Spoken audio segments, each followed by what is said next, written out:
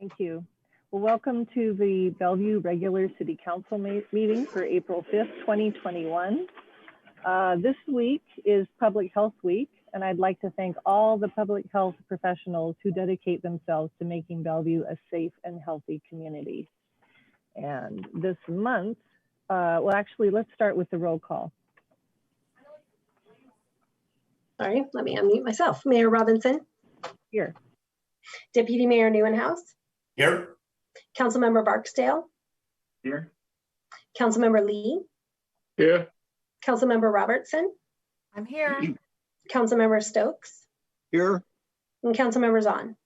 Here. Thank you. We have a proclamation tonight. Deputy Mayor Neuenhouse, would you like to read your proclamation? Certainly, Mayor. Would you like to do the flag salute prior to that, or would you like to do it afterwards? I believe we do it after. Okay, wonderful. Thank you, Mayor. Whereas in Washington State, 45% of women and 22% of men report having experienced sexual violence in their lifetime. And whereas in King County, 7,152 adults and children receive specialized assistance from organizations with programming for sexual assault victims in 2020. And whereas rape is among the most underreported crimes for reasons that include victims' fear of being disbelieved or further traumatized. Additional barriers such as language, immigration status, gender bias, and systemic racism contribute further to the silencing of victims. And whereas individual and community impacts of sexual violence are rooted in and compounded by racial, gender, sexual orientation, and other forms of oppression, and whereas statewide, 29% of the survivors who were supported by a community sexual assault organization identified as Black, Indigenous, and people of color in 2019. Of those identifying their ethnicity, 21% identified as a Latinx Hispanic. And whereas King County is home to many organizations that provide culturally and linguistically specific services for survivors from various racial, ethnic, faith, and cultural communities. These culturally specific services are critical to effectively respond to the specific needs and barriers many survivors face. And whereas by only working together as a community, can we prevent and alleviate the trauma of sexual violence by ensuring supportive resources are available to all, while standing up to harmful attitudes and behaviors that contribute to sexual assault. Now, therefore, I, on behalf of Lynn Robinson, Mayor of the City of Bellevue, Washington, and on behalf of its City Council, join advocates and communities throughout King County in taking action to prevent sexual violence by standing with survivors and proclaiming April 2021 as Sexual Assault Awareness Month. Together, we can commit to a safer future for all children, young people, and adults and families in our community. Signed, Lynn Robinson, Mayor, City of Bellevue. Thank you. Councilmember Lee, would you lead us in the flag salute, please? Please follow me. I pledge allegiance to the flag of the United States and to the republic for which it stands, one nation, under God, indivisible, with liberty and justice for all. Thank you. Is there a motion to approve the agenda? I move to approve the agenda. Second. All those in favor say aye. Aye. Clerk, could you please start us off with oral communications? Thank you, Mayor. This evening, there are a number of speakers signed up. There are 12 in total, which is beyond, if we allow 3 minutes per person, that's beyond our allocated 30 minutes. So I will monitor the time and call as many as we can get to. With that, the first speaker this evening is Sean Thorson.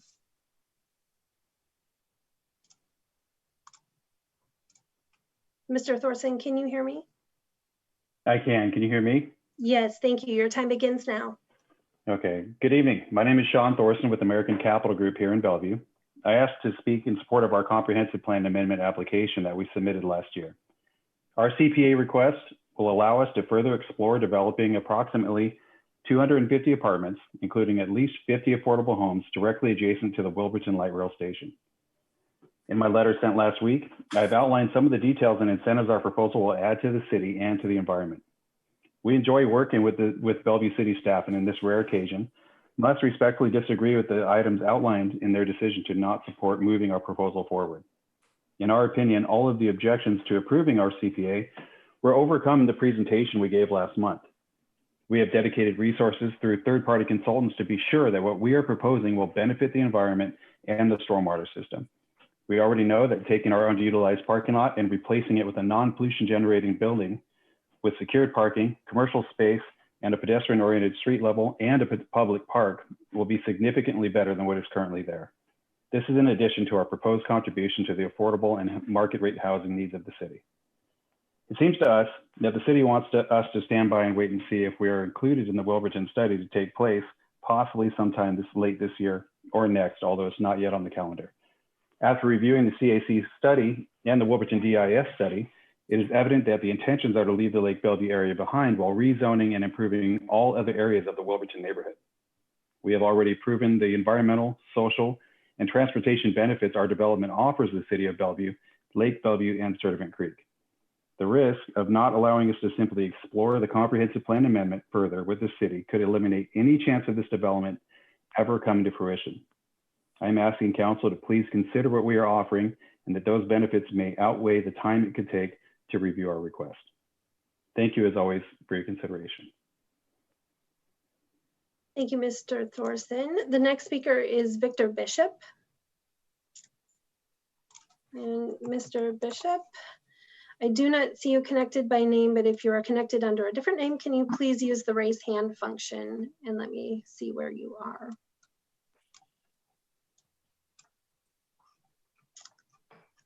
Okay, I will circle back to you. The next speaker is Lisa Skinner. And Ms. Skinner, can you hear me? Yes, I can. Great, your time begins now. Hi, my name is Lisa Skinner. I am a Fred Meyer worker at the Bellevue Fred Meyer at number 23. My concern is this store with over 300 employees did not qualify for hazard pay. And we work in the community of Bellevue, working long, tiresome hours without this pay. And I wanted to see if we can put a proposal for the city of Bellevue to have the store be qualified under it. And I do have letters that I will submit later on from my associates at the store. Thank you for your time today. Thank you, Ms. Skinner. The next speaker is Kristen Bryant. Ms. Bryant, can you hear me? Yes, I can hear you. Great, your time begins now. Okay, thank you, City Council. My name is Kristen Bryant, and I want to speak to you tonight about the 405 interchange proposal. I'm very concerned about the additional infrastructure for single occupancy vehicles that this adds to our city. I moved to Bellevue to live in Bellevue because it's a wonderful community, but also because I work in Bellevue. And I feel like our infrastructure needs to be really improved for those of us that are trying to use our transit, walk, bike, and not just drive everywhere. We have a lot of things that WSDOT can help us with in that regard. Right now, WSDOT is working on an expansion of I-90 in Eastgate. It's curious that it appears to be right at a blocked fish passage, but we are not repairing that fish passage under I-90. And upstream from it is beautiful Vasa Creek, where there would be salmon habitat. We can also do better working with WSDOT on improving light rail access and bus lanes and bike and pedestrian access to downtown. But adding another car-centered interchange just doesn't make sense for us at this time. And I look forward to following this issue with the City Council. Thank you. Thank you, Ms. Bryant. The next speaker is Andrew Pardo. Mr. Pardo, can you hear me? Yes, ma'am. Thank you. Your time begins now. I would also like to speak about the 405 access ramp. For over 50 years, Bellevue has prioritized easy access between downtown and 405. We've built highway access ramps on most of our east-west streets, and yet cars still choke downtown. Build it and they will come? Well, we built wide roads to encourage drivers, and the drivers came. Now we want to build another highway access ramp, one that will save drivers 20 seconds of time for $150 million. It sounds ridiculous, but it sends a clear message. Bellevue was built for cars, and Bellevue is still building for cars. As someone who lives downtown, I'd like Bellevue to start prioritizing my neighborhood as a neighborhood. I'd like downtown to be the kind of place where people walk around and browse storefronts after dinner. That's not the kind of downtown we're building. Our Bellevue gets you out of downtown and onto the highway as quickly as possible when your workday ends. In 2007, WSDOT said southbound 405 from Bellevue was one of the state's most congested sections of highway. Back then, I drove home from Microsoft every night. I usually took the highways because 405, it wasn't all that bad. Today, the highway is gridlocked every night. I checked a couple hours ago. Even with the pandemic, traffic southbound was moving slowly. Now there is a widening and express toll lane project in the works, but we all know from the similar project on 405 North, we didn't build our way out of traffic. We're spending $150 million to get people into a traffic jam on the highway just a little bit faster. Amazon said in their blog post on April 2nd that they want to contribute to the creation of a thriving downtown where people live, work, and visit, not just drive through. My question for the members of council is this: what kind of downtown do we want to build for our next 100 years? Do we want to keep making Bellevue a city of big, wide roads? Or do we want Bellevue to be a thriving place for people? I ask you to build for the traffic that we want to encourage.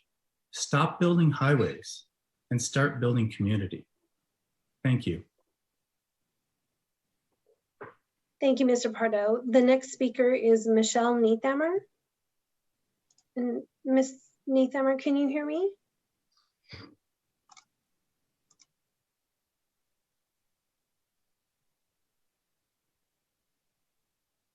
Michellenathamer, can you hear me? You're unmuted, but I can't hear you.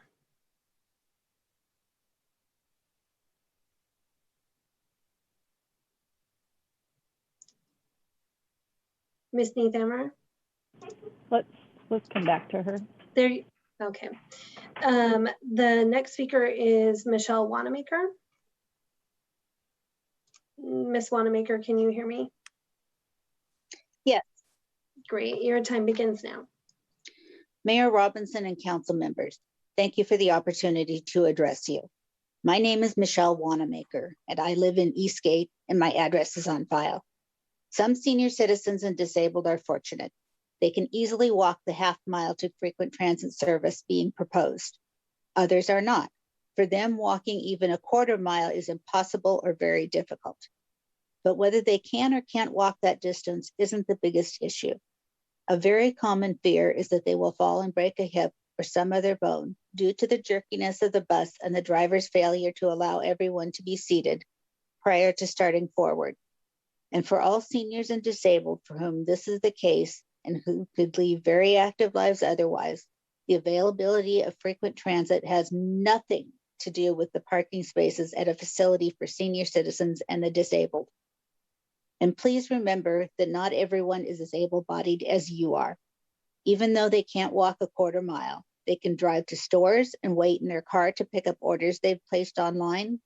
They can drive to the drive-through window at their pharmacy to pick up their prescriptions. Their legs may not work as well as they used to, but their car is their means to lead a productive and relatively independent life. Most importantly, RCW 36.70A.620's minimum parking requirements for seniors and the disabled versus market rate housing violates the Americans with Disabilities Act, known as the ADA, Bellevue's anti-discrimination policy, and the state's anti-discrimination law, RCW 49.60.030. Yes, I am aware that the state has already passed RCW 36.70A.620 and .698. But in addition to increasing the minimum distance to frequent transit from a quarter mile to a half mile, Bellevue's LUCA, as proposed by the Planning Commission, leaves out important clauses that are in RCW's .620 and .698.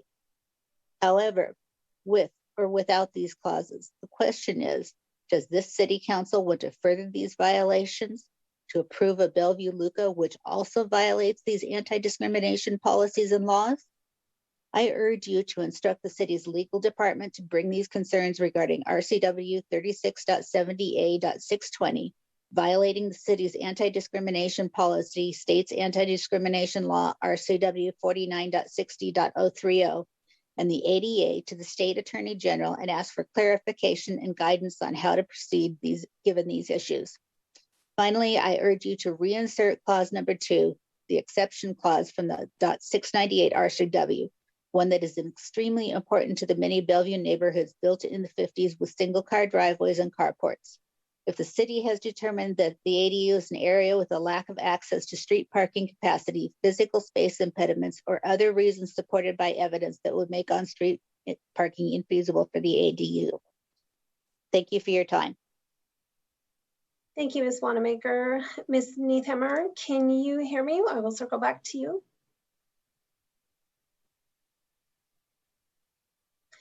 Ms. Neath Hammer, can you hear me? I see your hand, but we still cannot hear you. I will circle back to you in a minute. The next speaker is Kim Lovell Price. Ms. Price, can you hear me?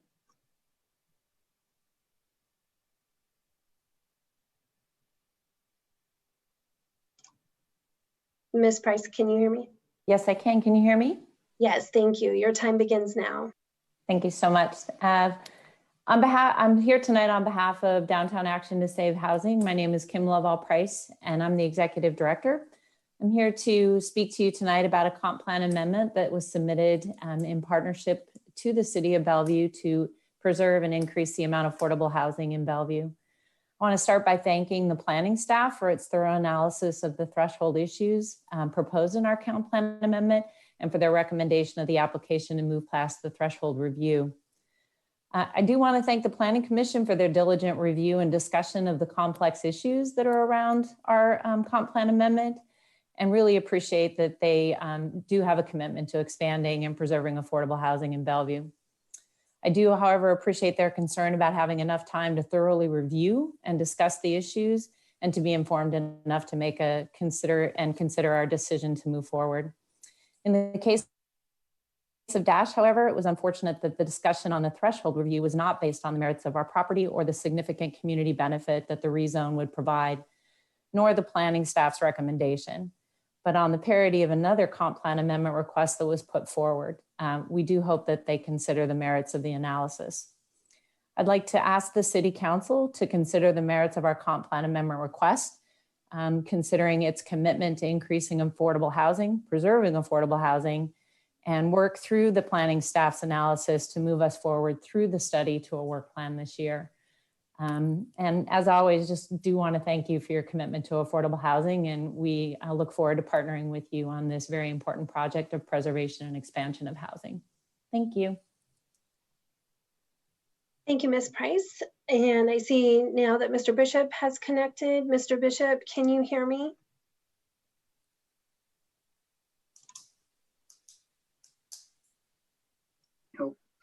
Now can you hear me? Yes, we can. Thank you. Your time begins now. Thank you. My name is Vic Bishop, representing the Eastside Transportation Association.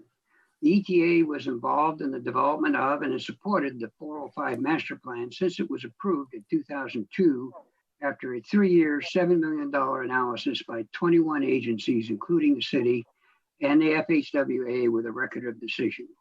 Your agenda item 10A is an important small bite in the elephant called the I-405 master plan.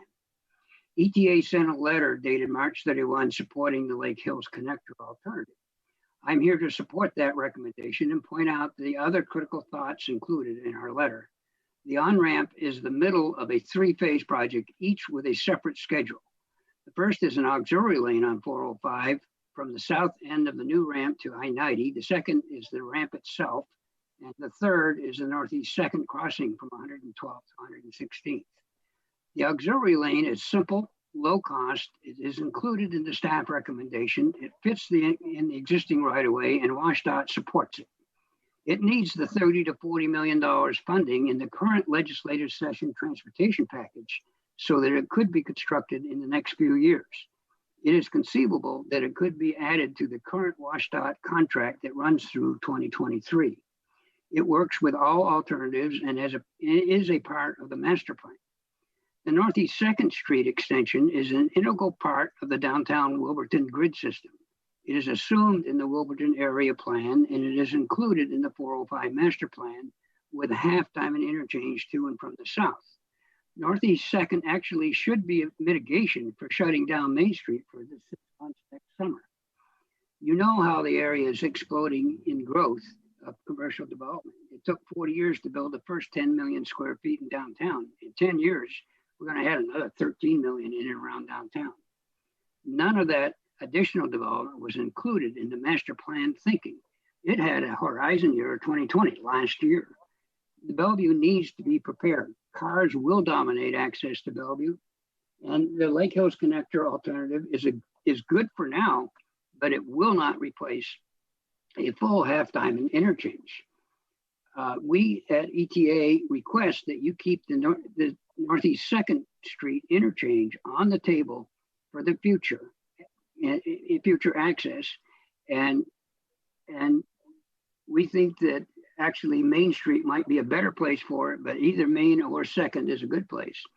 But we really think that this is a really important thing, and conceivably you should even think about holding a regular public hearing on this incredibly important access to downtown Bellevue, because it has wide implications. Thank you very much. Thank you, Mr. Bishop. The next speaker is Chris Buchanan. Ms. Buchanan, can you hear me? I can hear you. Great, thank you. Your time begins now. Thank you. My name is Chris Buchanan. I'm the Director of Real Estate Development with Downtown Action to Save Housing here in Bellevue. And I'm here tonight because our comprehensive plan amendment is before you for threshold review. It's not easy to build affordable housing.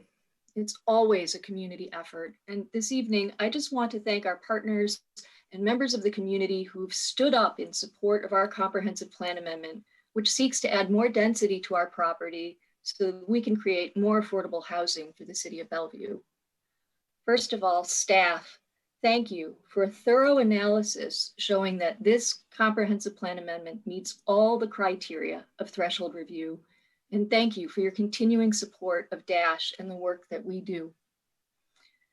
The Housing Development Consortium, our region's coalition for affordable housing providers, developers, and government agencies, and also the Bellevue Chamber of Commerce and Plush Committee.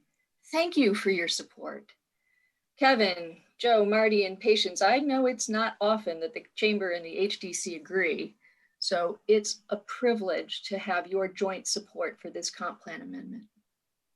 And to the East Side Housing Roundtable, thank you for your active engagement to create more housing choices of all kinds for all workers in Bellevue. Brady and Pearl, thank you for supporting our efforts to create more housing here. And to our long and steadfast partners, SHAG, Impact Capital, Via Architects, the YMCA, and Eastside Friends of Seniors, thank you for your steadfast support. And finally, to members of council who reached out to me personally since the commission meeting on March 10th, I truly appreciate your words and your support. Thanks for reaching out. It seems like this comprehensive plan amendment has been bouncing around for years, and I'm hoping that tonight council will take action to move it through threshold review again and put us on a path to certainty so we can plan for the future at these two properties.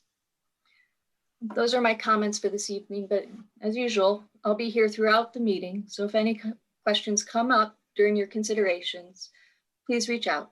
I'll be happy to help. Thank you, Ms. Buchanan. The next speaker on the list is Matt Jack. And Mr. Jack, I'm going to assume this is you signed in on the BDA account. Can you hear me? I can. Can you hear me? Yes, thank you. Your time begins now. Perfect. Thank you.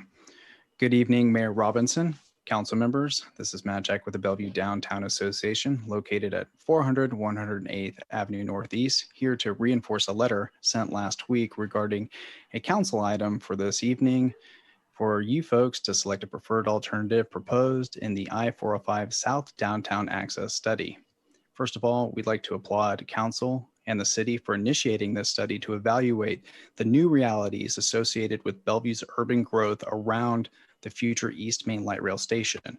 We also commend council and the staff for pacing this work toward tonight's conclusion. It's important to wrap this work up so that we can provide stakeholders certainty and spark action for next steps.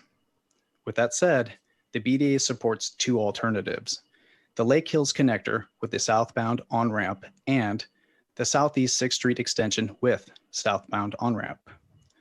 BDA members concluded that these two alternatives improve mobility with the best cost to benefit ratio. Typically, we would advocate for one preference, but in this case, both are very different nor perfect solutions. Please reference the letter we sent for details about our rationale. Now, our position does include a condition for the Southeast 6th Street extension. While this alternative yields better numbers and adds an additional east-west connection, it comes with more negative property, environmental, and access impacts at a higher overall cost. Specifically, it has the potential to delay the East Main rezone and other vital land use planning efforts that are essential to supporting growth. That's why our endorsement of the Southeast 6th Street extension with the southbound on-ramp is contingent on East Main Land Use Code adoption by this fall. Our input this evening is supported by almost 6 months worth of work, numerous committee meetings, city staff updates, property owner check-ins, and board review and approval. This is exciting work for us, and it was well worth the time. We're eager to complete this chapter and continue our engagement with the city on key issues that will support Bellevue's urban growth and the big vision that we're all aware of. So thank you for your time, your leadership, and certainly thank you for your attention. Thank you, Mr. Jack. At this point, I'm going to circle back to Neath Hammer. I see your hand. We'll see if we have you this time. Can you hear me?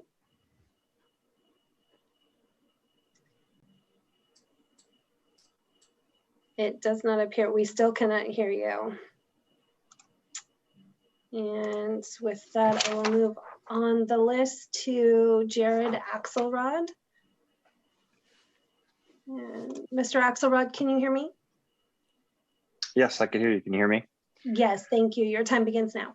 Great, thank you. Mayor Robinson, Deputy Mayor Newhouse, members of the council, thanks for your time this evening. I'm Jared Axelrod. As you know, I lead local public policy and external affairs in Washington State for Amazon. Thanks for the opportunity to speak with you this evening.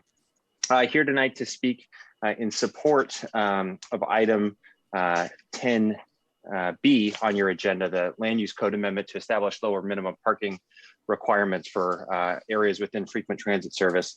As you may have heard from me from before, and as I've testified at the Bellevue Planning Commission, we very much support this initiative.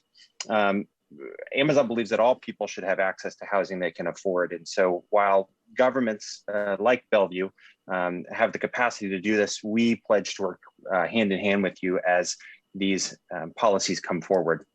And we'll continue to use our position as a large employer that is growing here in Bellevue to support innovative housing affordability initiatives like this.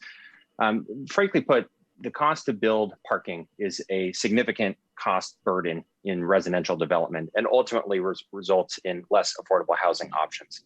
Right-sizing these parking requirements for residential developments with proximity to transit not only brings the city in line with state law, which, as you all know, was passed several years back and is required now of the city to get up to code in that, but also reduces carbon emissions and traffic congestion by promoting the use of high-speed transit and spurs more affordable housing options consistent with the city's affordable housing strategy. Now, development that is close to transit, whether it's commercial or residential, is something that's really important to Amazon. We purposely are developing our office space in downtown Bellevue in part due to its proximity to transit, including the Bellevue Transit Center and the soon to open Sound Transit downtown Bellevue station. And we know from our employees that our employees are frequent users of transit. We provide free Orca passes for all of our employees and also offer our own shuttle service to other areas around the region. Over 50% of our Seattle-based employees either walk, bike, or take transit to work. And over 70% of them commute using a method other than a single occupant vehicle. So transit and proximity to transit are something we care a lot about. Policy adjustments like this LUCA reflect small but important progress in helping spur more affordable housing development and make Bellevue an even better place to work, live, and play. So I'd like to thank the council for your consideration on this matter, and we look forward to continuing to work with you and the city to spur more affordable housing solutions for Bellevue. Thank you. Thank you, Mr. Axelrod. The final speaker on the list this evening is Jessica Claussen. And Ms. Claussen, can you hear me? I can. Can you hear me? Yes, thank you. Your time begins now. Thanks. Hi, everybody. I'm Jessie Claussen from McCullough-Hill-Leary. I'm here to speak in favor of the DASH Comprehensive Plan Amendment, item 10C. We represent DASH, and we know that the City Council is very focused on encouraging places for people of all incomes to live in Bellevue. DASH's proposal will result in hundreds of affordable units just over the hill from downtown Bellevue. And there is no other project out there asking to do exactly what the City Council has been asking for, which is more affordable housing for all. Now is the time for this comprehensive plan amendment. City of Bellevue can't wait, and DASH can't wait any longer. Our amendment meets all of the docketing criteria. I hope you can focus on those criteria when you make this docketing decision tonight. Please docket this amendment this year so we can get to building affordable housing. I also wanted to just put a little plug in for item 10B, the reduced minimum parking requirements. Ditto everything that Jared just said about the connection between reduced minimum parking requirements and affordability for housing. There is an absolute connection here.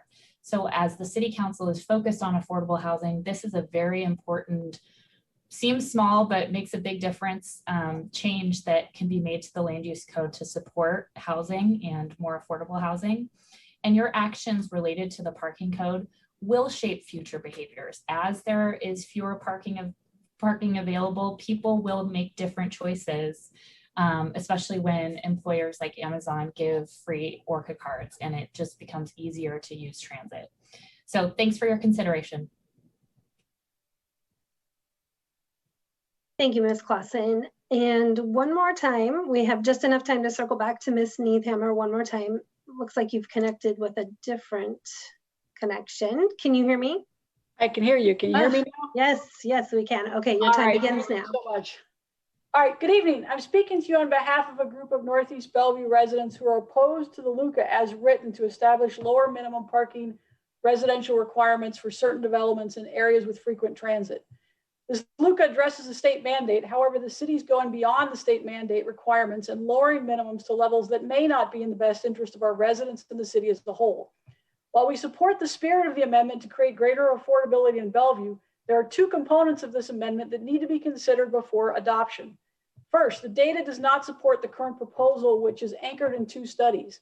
A 2015 King County study based on data collected in 2012. This means we're making key decisions on data that's 9 years old. The second study is more recent, but based on Metro Denver, whose population and land area are almost 5 times that of Bellevue. Staff has not provided any evidence these two cities are comparable. We don't have relevant data to extend lowering the parking requirements outside of purely TOD zones.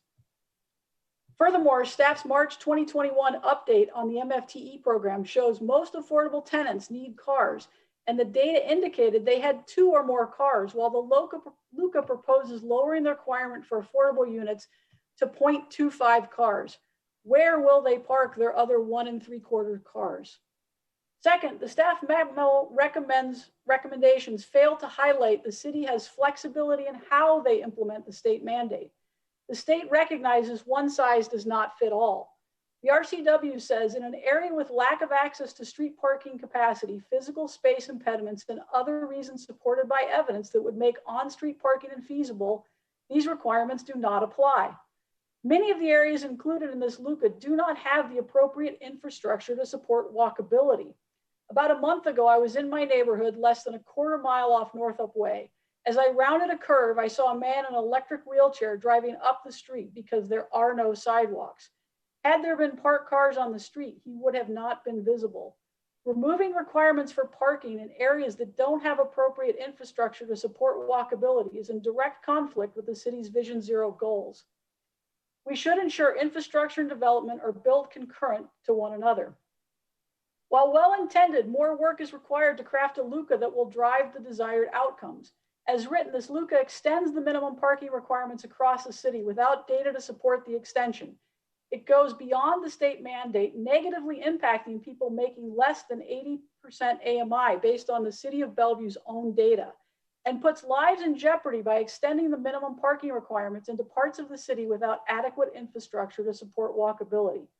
We urge you to direct staff to address these issues prior to approving the LUCA. Thank you so much for your time and circling back to me so I could get my microphones working. Appreciate it. Absolutely. And Mayor, with that, we have reached a half an hour, so that will close oral communications. Okay, great. Thank you. So next up, we have Council Liaison recommendations for 2021 reappointment to Bellevue's boards and commissions. And I believe we have 5 council members, 1, 2, 3, 4, 5, making recommendations.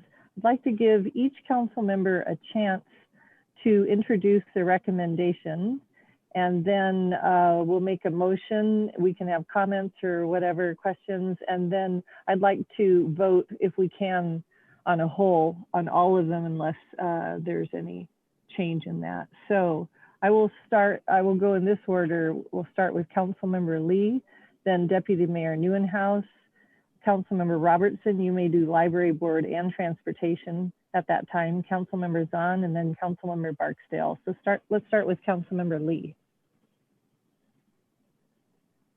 Thank you, Madam Mayor. I'm pleased to recommend returning commissioners as indicated on the recommendation. Commissioner Zhuan and also Commissioner Vanna. And they have been great commissioners and done a great job. And with their consent, it's my pleasure to nominate them for another 4 years. Thank you. All right, Deputy Mayor. Thank you, Mayor. I'd like to recommend that we reappoint 2 members of the Human Services Commission. One is Sherry McClure, who actually was just appointed, but was serving a partial term. So she's actually being reappointed, hopefully this evening. And then also Timothy Ma. I'd like to reappoint him as well and appreciate my colleagues' support. Thank you. Thank you. Councilmember Robertson. Thank you, Mayor. I am putting for nomination reappointments of Kimberly Anderson, Ankit Saraf, and Gunjan Murarka for the Library Board. All 3 are wonderful Library Board commissioners who I appointed them for the first time several years ago, and they are still willing to serve the people. So I'm very grateful of that. For the Transportation Commission, I am reappointing Loriana Marchiante, who is the current Transportation Commission chair, and she's doing a great job. Great, thank you. Councilmember Zahn. Yes, I'm recommending reappointment of Heather Trescasis to the Parks Board. She brings a wealth of knowledge from having served as executive director of the Eastside Heritage Center and has been very active on the Parks Board, served on both vice chair and chair positions. And I'm excited to propose her reappointment. Thank you. Councilmember Barksdale. Thank you, Mayor. I'm recommending Mohammed Malakuchin for reappointment to the Planning Commission. His critical thinking skills and focus on community has been an asset to the commission. So look forward to support from the council members. Thank you. Great. He's a good tennis player too.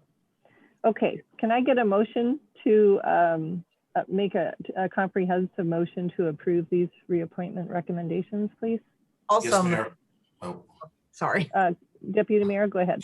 Thank you. I move to approve the appointments as noted in the agenda packet, each with a term expiration date of May 31st, 2025. Second. Okay, all those in favor say aye. Aye. Good.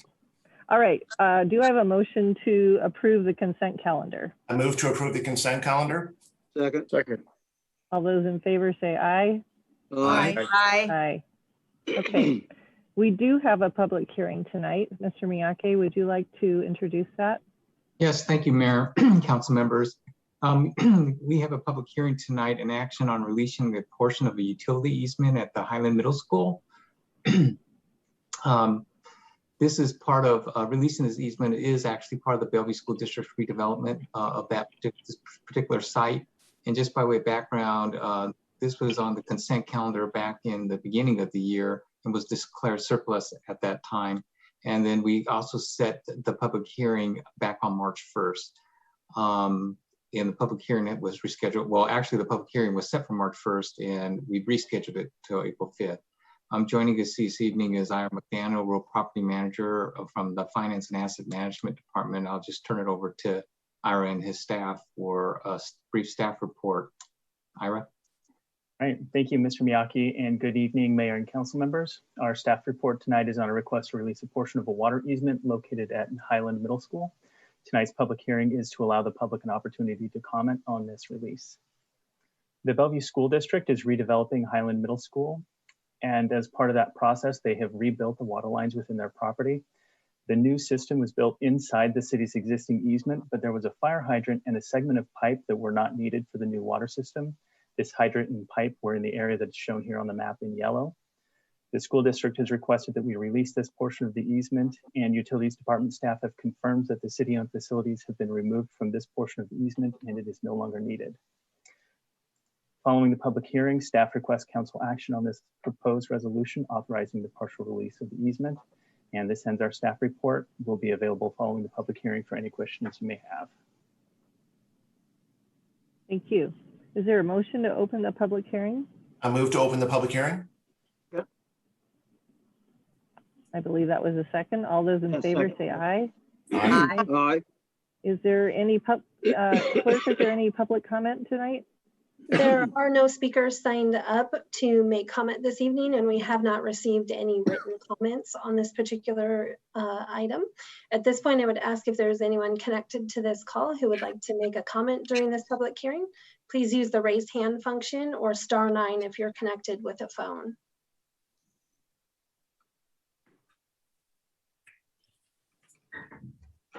And Mayor, I do not see any hands raised. That will close the public, or you may close the public hearing now. Thank you. May I have a motion to close the public hearing? I move to close the public hearing. All those in favor say aye. Aye. Any opposed? Thank you.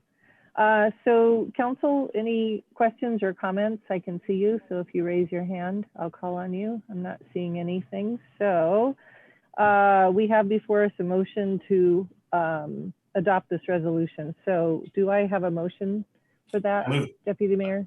I move to adopt resolution 9919, authorizing the execution of documents necessary to release a portion of an existing water easement located at 15027 Northeast Bellevue Road, which has been declared surplus to the city's needs and is no longer required for providing continued public utility service.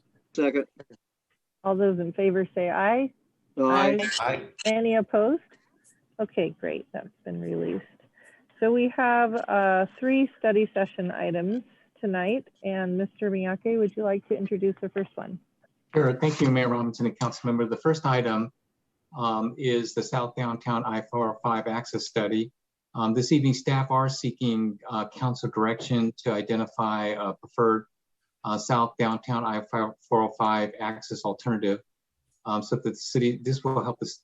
The city then will help inform WashDOT's overall I-405 proposal Just by way of background, the city undertook a study in 2020 to identify a number of access alternatives, which subsequently were narrowed down to 5 at the direction of the council at the September 28th meeting. This evening, staff will brief council members on the pros and cons of the 5 alternatives, provide a staff recommendation, and seek council direction on a preferred alternative to be communicated to WashDOT. So joining us this evening are members of our transportation department, Andrew Singalakis, our director, Paula Stevens, assistant director, and Xiuming Yang, our engineering manager. Also joining us for the presentation this evening are representative from the Washington Department of Transportation. And with that, I'm going to turn it over to Andrew and Paula and Xiuming to introduce our guests as well as to kick off the presentation. Andrew? Yes, thank you, City Manager Miyake, Mayor Robinson, Deputy Mayor Neuenhuis, and City Council. Xiuming, do you have the PowerPoint going?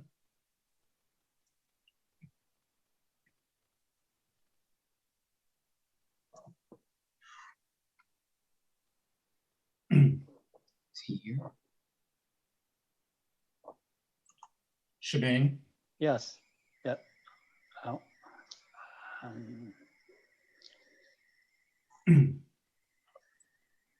So am I sharing the screen? Yes. Okay. So you can skip to the next slide. Okay. So. And tonight the council will be asked to make a recommendation to the Washington State Department of Transportation regarding the I-405 access to South Downtown.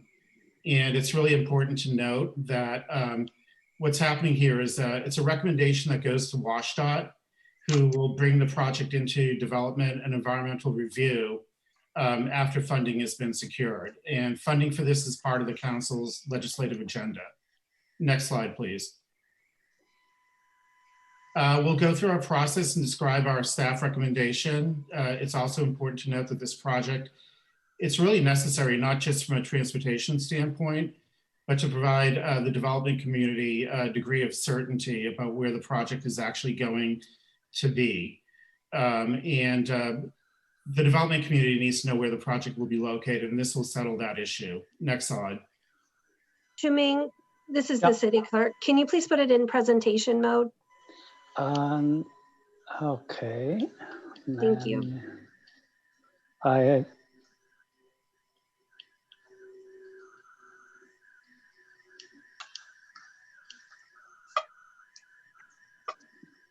going to take over the presentation. All right. Yeah, please.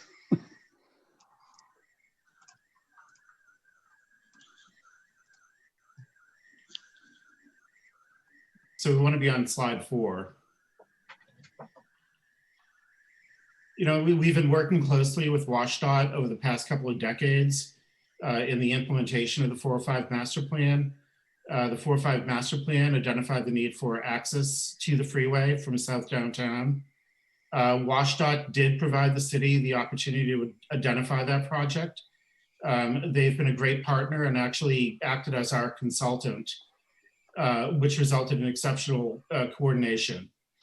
And we are here before the council. We were here last in September when we presented alternatives for further analysis, and we've been through an extensive stakeholder and public outreach process, and we are ready to make a recommendation. Next slide, please.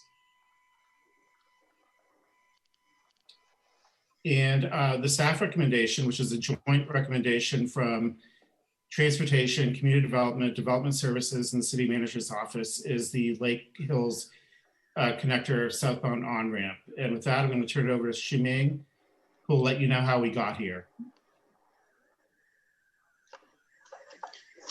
All right, so thanks, Andrew. So next, please.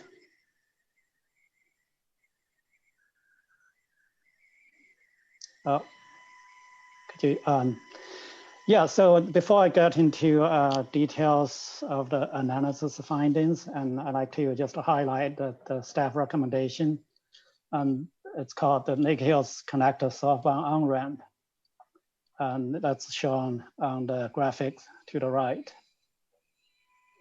So at the September 28th meeting, we recommended and the council approved to carry forward 5 alternatives for further study.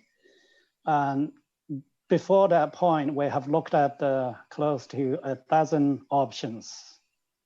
And some of the options that took us quite a bit of a hard look before we dropped them, including Main Street connection, ramp connection at the Northeast 2nd Street in different ways. So we deemed that these alternatives would require significant structure, would displace a significant portion of 114th Avenue. And they also create a challenge with the current city policies of the Lake Trail along Main Street and also a Grand Connection project. So these options were dropped through the fatal flaw screening. The remaining 5 options are from left to right, the Lake Hill Connector southbound on-ramp. Second graphic is the Southeast 6th Street extension with the southbound on-ramp. The third option is also extending Southeast 6th Street. This one has inside connection to Express Tonnings. I'm sorry to interrupt, but Charmaine, could you advance the slides, please?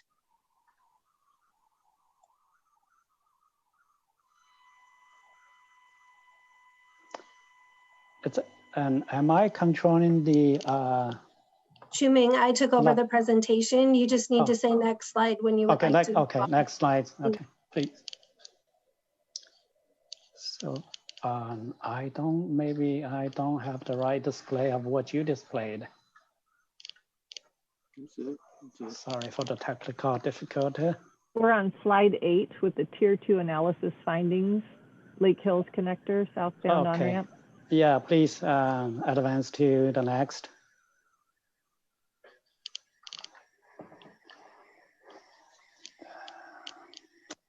Yeah, on my screen probably not displaying what you have for some reason. We're on the alternatives evaluation, tier 2.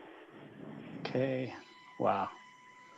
Okay, so what we used, the 5 main criteria to evaluate in the tier 2 are how these alternatives align with the city plans and policies. And then we look at the travel time, how they improve access and potentially safety, and how they impact on property, and how they might support economic development, and how each alternative may cost.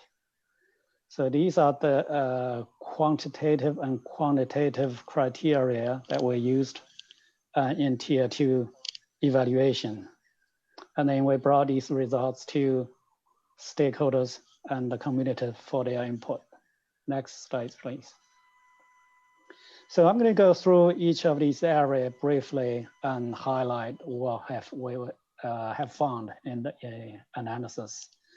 At this point, I want to take a moment to thank all the staff that also WashDOT support for conducting analysis. We have done a very extensive work, but due to time constraint, I'm not going to be able to go through all the details that we have analyzed, but just to highlight some of the significant items. Next slide, please. So of the city policies and comprehensive policies, we look at the 70 or so policies. One of the significant policy that has implication to the alternative analyzed is the East Main TOD. And in particular, the Southeast 6th Street extension, the 2 alternatives would require upgrade of the streets from a minor arterial or from connector to an arterial grade road. And the East Main TOD did not anticipate ramps at the come on and off from the street. So if this option is selected, it will require a change to the existing policy, and that may cause potential delay to the East Main TOD work. Next slide, please. So look at the travel time. and before we get to time, let's look at how each of these alternative adds capacity or access to 405. So starting from top to bottom, and the Lake Hill connector adds about 1,400 person capacity per hour. The Southeast 6th Street extension southbound on-ramp, the second bar adds similar capacity. The Southeast 6th Street inside access and adds significant more because this one has both on and off ramps. The Northeast 2nd Street doesn't have ramps, so it adds no capacity to the freeway. And then we look at the travel time savings of each these options. They could have impact on reducing congestion. So the southbound on-ramp from Lake Hill connector is expected to reduce close to 500 person-hours per day. And the Southeast 6th Street southbound on-ramp reduced delay by about 700 hours. And the inside connection from Southeast 6th Street is expected to reduce a significant more time. But it comes with other costs, so I will touch on later. And the Northeast 2nd Street doesn't have meaningful impact on the travel time, but it has some other disbenefits. So here's the, in addition to look at overall travel time, we also look at how these alternatives may improve or impact operations of these intersections shown. Next slide, colored please. dots to the right. Pardon? So these the three alternatives with access added to 405 show 6 to 10 seconds of delay reduction at these intersections. But the Northeast 2nd Street would create additional circulation issues, may actually increase delay at the local intersections. Next slides, please. So this is access and safety.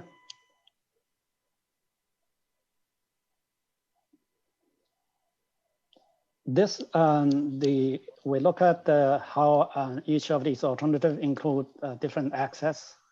And here on the screen show is the three alternatives with extensions involved. All the alternatives with extensions also include non-motorized facilities. Including those is expected to improve travel safety for those modes, non-motorized modes. So next slides, the impact on property, please. And this one, so the Lake Hill connector southbound on-ramp, this one shows have a least impact to properties compared to other options. Next slides, please. So the Southeast 6th Street extension, this one has two options, inside access or southbound on-ramp. In terms of property impact, these two alternatives have a similar impact to the property adjacent to Southeast 6th Street. The property shown in blue, highlight in blue, that have more direct impact. And the property shown in red has impact, but to a lesser degree. Next slide, please. So we looked at the Northeast 2nd Street extension. This alternative is studied independently to see if it has potential or utility to be combined with another option or independently. It turns out to be that this option has the most property impact and ensure on both sides of the freeway. It also has impact to wetlands that shown in blue on the east side of the freeway. So next, please. Then we look at the cost estimate. They range from $150 million, $125 million to 325. So with the Lake Hill connector at the 150 and the Southeast 6th Street southbound on-ramp at the 175 million. And the inside connection from Southeast 6th Street almost double that cost. And the Northeast 2nd Street is at the 125 million. So these are planning level cost estimate and is subject to more detailed design at the future time when the project is funded. Next slide, please. So this is we have done an extensive community engagement effort. At this point, I want to particularly acknowledge Marie Johnson with the help of PRR Forum, did extensive public engagement in this difficult, challenging COVID time. Actually, we got the public reaction stakeholder input more than what I've known in the past in the face-to-face meetings. So it was a very remarkable job done. The community engagement includes newsletters, stakeholder meetings, public online open house, interest group meetings, individual briefings, whoever that contacted us for more information. So it was a quite extensive effort. Next slide, please. So the first I want to go through the stakeholder input. The stakeholders are the property owners or developers within the study area. Also includes neighborhood representative of the association, neighborhood associations within or partially within the study area. So their input in a nutshell is they support all the alternatives with the additional access to 405. And in particular, they support the Southeast 6th Street extension. They also support the Lake Hill connector. You know, to these, the three alternatives almost get equal weight from them. The Northeast 2nd Street extension gets very little support, and that's consistent with the study findings. There's no support for the no build. They believe it is unacceptable with the forecasted growth and that with the anticipated economic development activities. Next slide, please. So we've done extensive outreach to community at large. And the main event is the 2 public online open houses. And we have over 3,000 people visited over the 2 online open house. We received over 1,500 written comments. So those are very extensive. The comments ranged from, so each alternative gets some support and each alternative gets some thumbs down, so to speak. And there is a general support for multimodal improvements, particularly bike and pedestrian improvements. There are concerns raised about additional roadway capacity may cause secondary impact such as climate change, induced travel, and a potential cost, and how the revenue shall be used or could be used in other ways. And some even suggested that to relook at the Main Street alternative. So we have a more focused engagement with the BDA, Chamber, and ETA. You have heard the speakers from ETA and BDA spoke a moment ago, so I don't plan to repeat those. However, the Chamber also recommended that they support the Lake Hill connector option. So next, please. So with all these, the technical analysis and the input received from the public stakeholders. So here are the highlight of the summary of these options that we studied. Lake Hill connector, it compared to other options, it aligns better with the transit East Main TOD transit-oriented development. It requires least policy changes. It offers significant travel benefits at a significant capacity to 405. And it enjoys a very broad stakeholder support. So both Southeast 6th Street extension alternatives, if they are choosing, they would require amendment to the East Main TOD plan and some of the policy adopted. It could introduce delay to that work that's currently ongoing. Although this alternative is also supported by stakeholders and some of the interest groups. Next slide, please. So the Northeast 2nd Street extension, it provides a very little or sometimes even negative benefits. It has significant impacts on the adjacent properties and also impacts land. And it received minimal stakeholder support. So the no build, it does not provide any improvements to support planned growth. It doesn't have environmental impact, of course, and although no monetary cost either. But the stakeholders strongly believe that this is not an acceptable option, although some public commented that this is the preferred option. So based on all this, and staff would like to recommend for the council to identify Naked Hill Connector software on-ramp as the city's preferred alternative. But basically, it provides significant travel time benefits with a minimum property and environmental impact, and the cost is also reasonable relatively to other options. It is more aligned with the East Main TOD policies and allow that work to continue without interruption.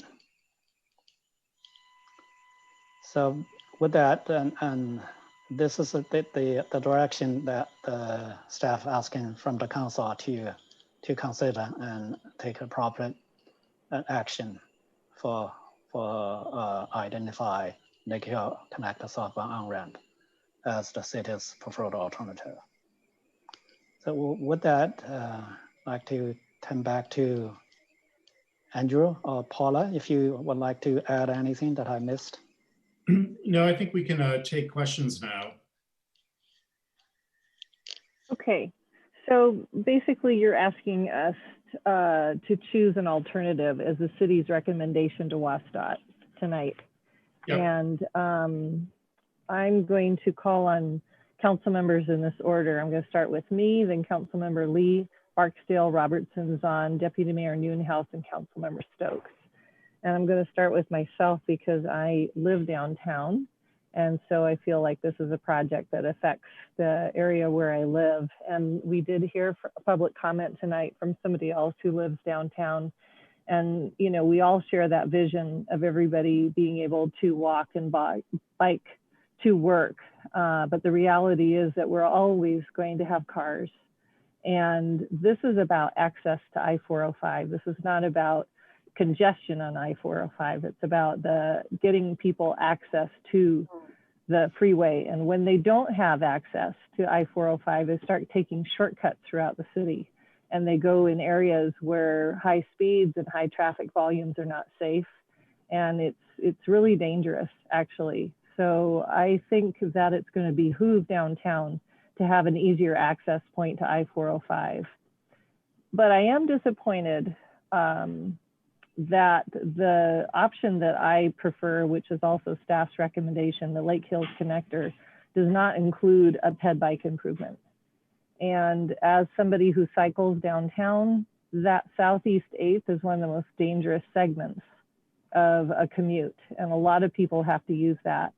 So I would like to know if there is a way to attach a ped bike improvement to Southeast 8th along with the recommendation of the Lake Hills alternative. So Mayor, we do have a CIP item. We looked it up after we had our meeting this morning for Southeast 8th, and it does involve bike lanes on both sides of it going to the freeway. We do want to expand the project eventually to go, east of the freeway. But right now that is a CIP project that we currently have funded in 2023. Is it something we can move up for this year, at least to get started on? I mean, I really don't know the answer to that question. It would have to go through the CIP process, but it really is right, coming right up. Well, 2023 seems too late for me to be starting. I'd be fine if we finished it in 2023, but the city is going to be a lot different in 2023, and I think we need that today. So I would just like staff to consider how we might move that up. That's just my opinion. I'll let the rest of the council weigh in. So Councilmember Lee. Thank you, Madam Mayor. Staff did a good job. Thank you. It's very complicated, but you, I think, pick all the right criteria to look at. And so based on all the analysis, studies of the alternatives, you come to the conclusion, no build is not an alternative. And the Northeast second is not, because it doesn't improve much of anything. In fact, might even be negative. So you're left with three alternatives. And so we have to choose. And that's, each alternative has its benefit, good things and bad things. And so I'm glad we have the, objectives and criteria to look at. And obviously, what I look at this, I think you can look directly, the North-Southeast 6 extension inside access is the most direct, because the purpose of the project, like the mayor said, it's really to relieve the egress access to downtown from 405. I appreciate, we heard a few people and some of the community input we have also heard that was described. They're concerned about adding more cars into the street, downtown, or the freeway. But the fact is, we are way behind on 405 traffic. We are not addressing what we want to have in the future, but we're addressing what we have today. So it's already congested. So we are trying to relieve, how do we help, getting people in and out of downtown, off the freeway. So the freeway has to be, the place where we can make some relief. So this is what we're focusing on. So, that's the reason. So it's very focused. It's not that the city doesn't want to look at the fuel car or, or look at more multimodal. We do, but this is a very specific solution, address a specific problem. Okay, so out of the three, I think the inside access is the most direct. You don't affect any surrounding neighborhood. You don't affect any land use. You basically provide the relief right there. Of course, however, when you look at it, it's very expensive. It's 2.5, 3 times more than the other two alternatives. So that's a big negative. So you have to look at, what's the other considerations. So the others are pretty similar. Yeah. So you really come to a conclusion of what are the best of the three alternatives.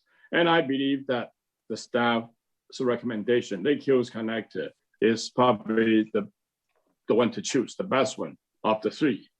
Even though it still has some negatives, because it has to bring some neighborhood consideration, and Southeast 6 the same way. Some land use has to be delayed, has to be affected. And the Lake Hills connection, we mentioned, it does not tie up the the East Main LUCA, which is good. And so, so given all the consideration, and the other alternative will cause some potential delay or LUCA principle of council's objective, which is what the mayor mentioned. We're looking at a multimodal, so it's going to have some implications, some effect on other things we're looking at. But this one, I think it's very clear. It's, it's the cost-wise, it's within the same range as the others. I mean, the other one, not the same inside access. Inside access is way out. If the inside access is cost the same, I would prefer inside access, but it isn't. We know it's very obvious. And so I would be, I would Councilmember Lee, can you please wrap this up? Yes, I would go support the Lake Hills connection, southbound on-ramp. Thank you. Thanks. Mr. Miyake, I didn't see your hand raised earlier. And did you want to say something? Yeah, Mayor, I just wanted to mention that your question about the timing of whether or not we could accelerate funding, we will take that up with the Finance Department. Great, thank you. Councilmember Barksdale.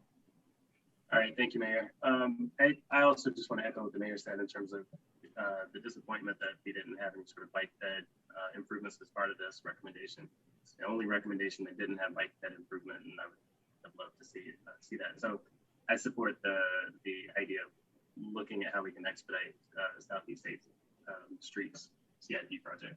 I guess my second question is, so moving forward, like how can we maybe prioritize projects where there is a nexus? I hear the point that this is an isolated problem that we're trying to solve. This is part of a broader system. So I would love for us to figure out a way to prioritize these situations where there's an opportunity for a nexus between bike bed and other transportation improvements.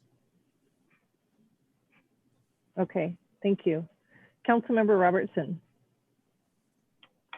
Thank you.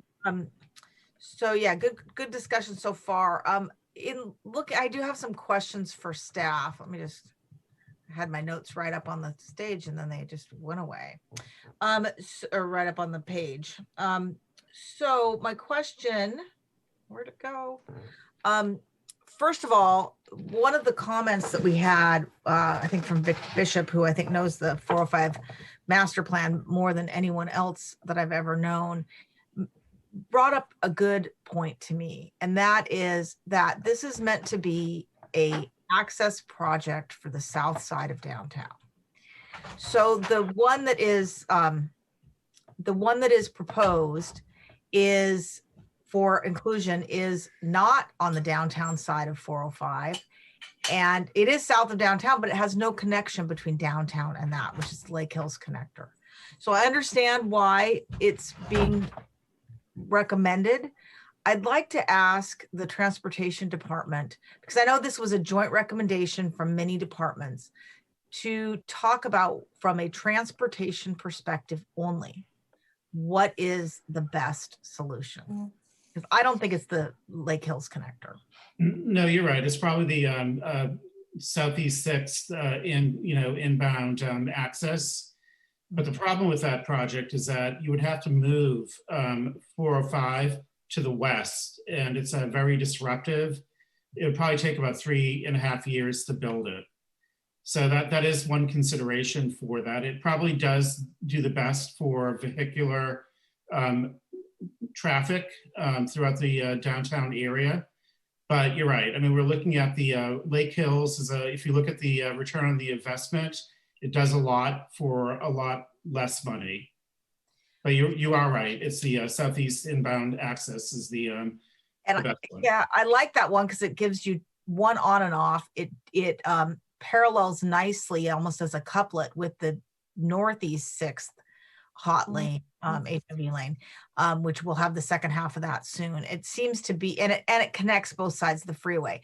So is, from a transportation perspective, given that the inside lane one is so expensive, is the Southeast 6th with the southbound on-ramp better, or is the Lake Hills connector better? Transportation issue only. They're pretty much the same, and I'll let Shaming speak to that. When we took a look at the analysis of what would happen, they're pretty similar. Southeast onbound access is a little bit better, but not that much more. Shaming, do you want to add to that? Yeah, I think that's basically right. So, but you do get the freeway access or freeway connection across the freeway. And would that provide better ped and bike connection from both sides of the freeway? It would provide bike ped access across the freeway. Absolutely.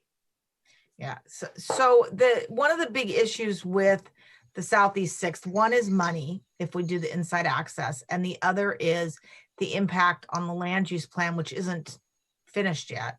So can you address whether one, it could be drafted around from a co-drafting perspective, and two, whether we could mitigate the impacts on the adjacent property if the council wanted to move forward with one of the Southeast 6th proposals?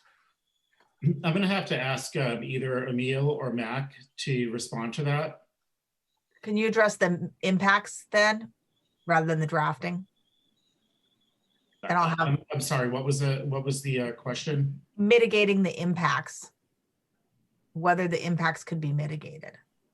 Well, whenever a project goes into project development, it's going to become WashDOT's project, and it's going to have to go through an environmental review process.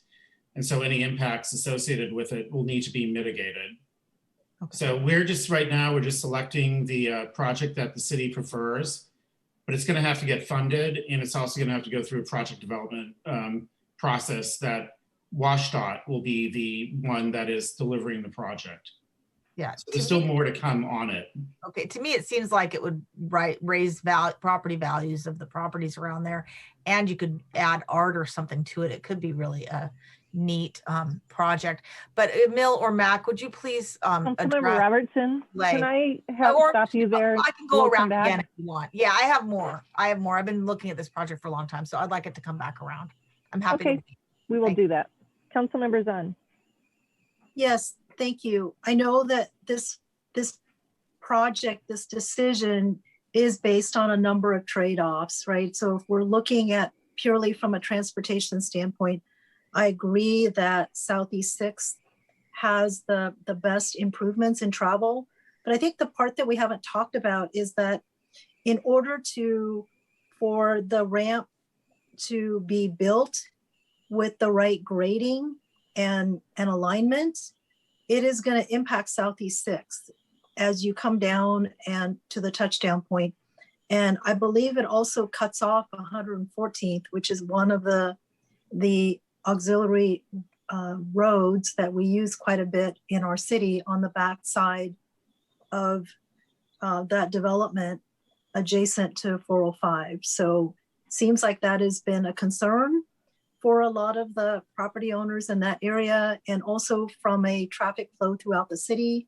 So cutting off 114th may have unintended consequences where we may get benefits in some of the traffic congestion relief and then create others. So I wondered if you could talk about that. And then I guess the other one I just want to bring up is then as I think about the Lake Hills, if that is the one that we select, I agree with the mayor that having tried to run from 118th over to Kelsey Creek, I find that the sidewalk ends and I'm kind of stuck running with cars, which is not preferred. So if there is a way for us to look at the pool of funds I know that we keep for ped and bike improvements that sometimes are yet unidentified of exactly what that is, and if we could use that, if we could prioritize a project like that on Southeast 8th, that would be really beneficial. But I would like to understand more about the 114th impact. Shameen, do you want to take that? Yeah, you're correct, Councilmember Zahn. It does disconnect 114th from 6th in that alternative. Shameen, do you want to take that?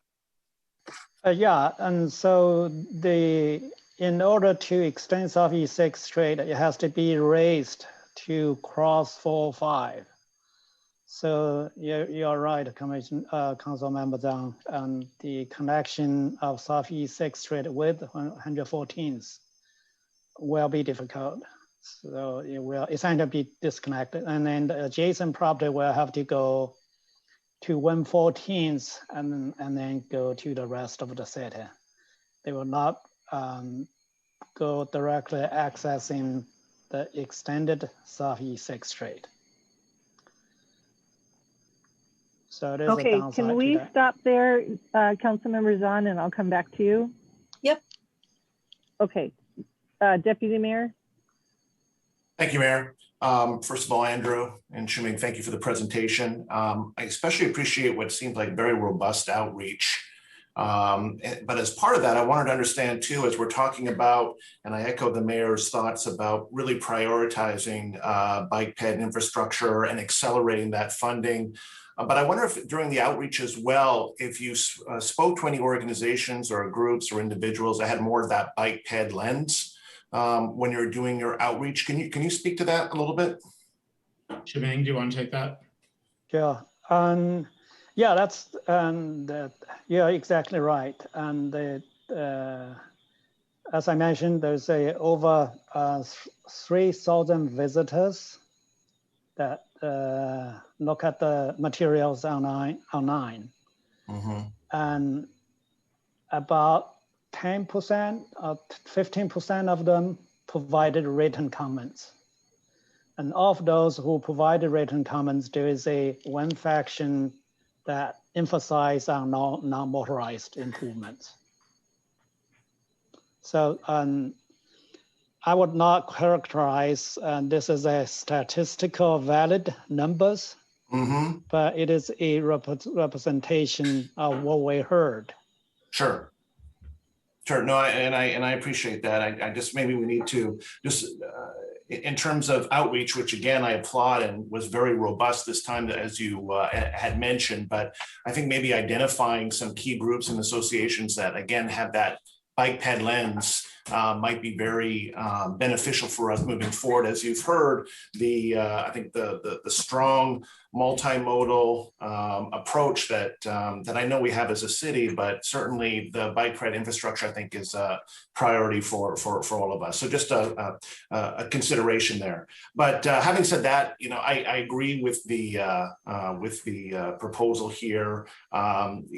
You know, given all the factors, and I appreciate the way you've broken this down in terms of the cost, the environmental impacts, the significant travel benefits, et cetera. And this is just one piece of a much larger puzzle that will maybe will have more immediate impact or benefit to us years down the line. But I think given the consideration of 150 million over 300 million, the 8,000 persons per hour compared to over 9,000 for Southeast the inside access, which would be nice, and I do like that Southeast 6th Street inside access perspective, and I appreciate my colleague Councilman Robertson bringing that up. But I think that is somewhat cost prohibitive, as well as the issues with property owners there as well, because the Lake Hills Connectors does have very limited impact on private property. So that is certainly another benefit to this as well. So I like the way you framed it. I'm happy to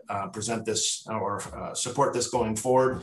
But again, would just really appreciate to have that different lens during the outreach to make sure that we're hearing and thinking about that bike ped infrastructure. Thank you. Okay, Deputy Mayor, thank you. And Councilmember Stokes, you're next.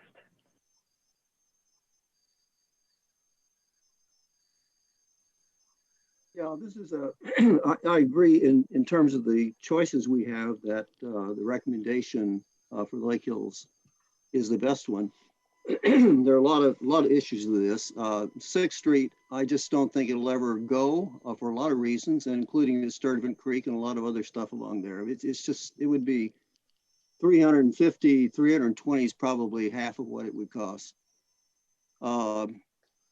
The biggest concern I have on this whole thing, well, let me ask you a question. What happens with Southeast, the current access on Southeast 8th there with, coming along 114th? Is that gone?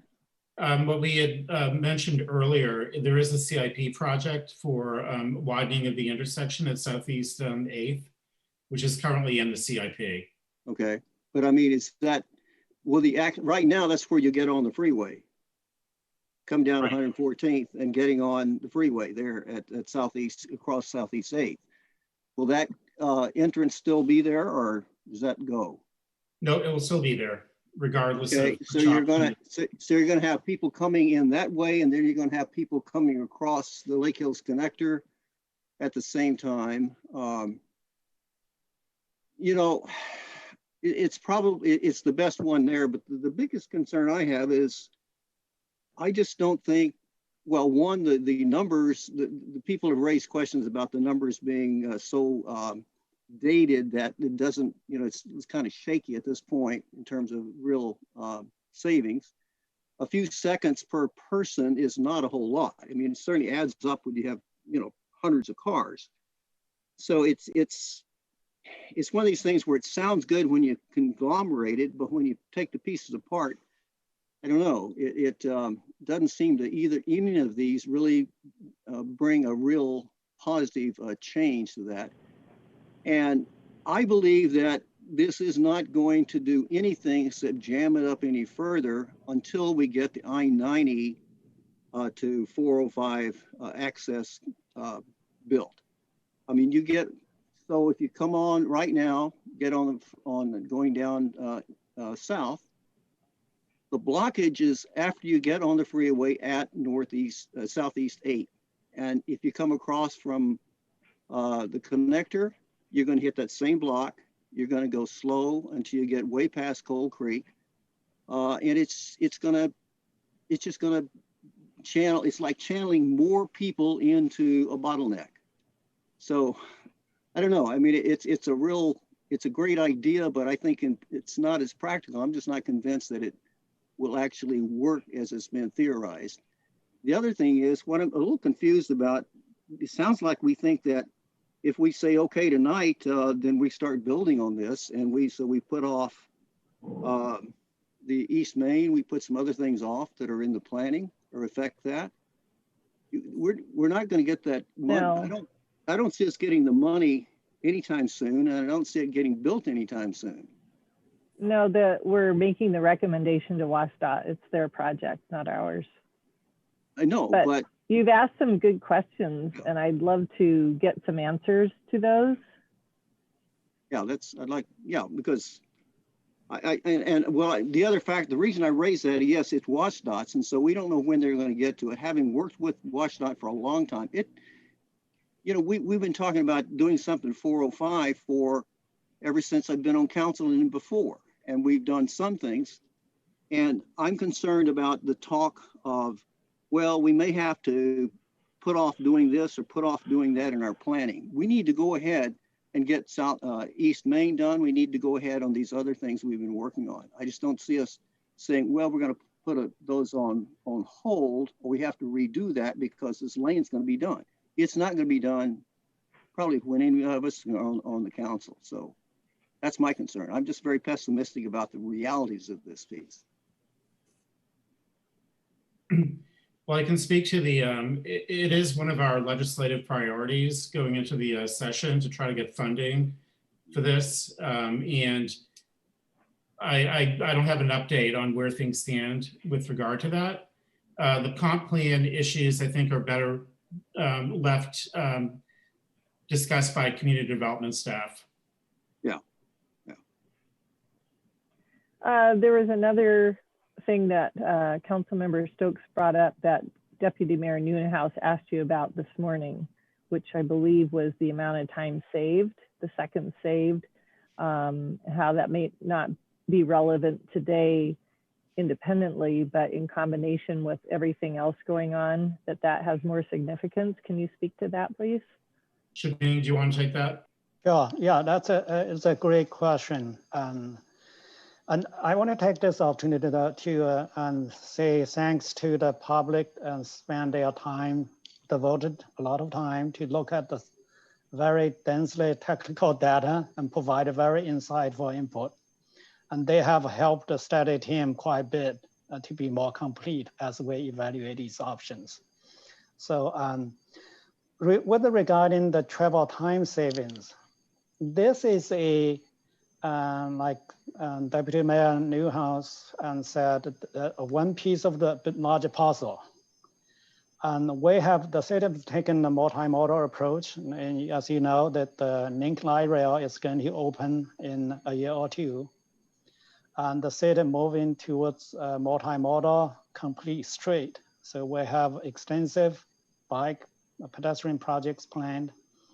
We also have safety projects throughout the city.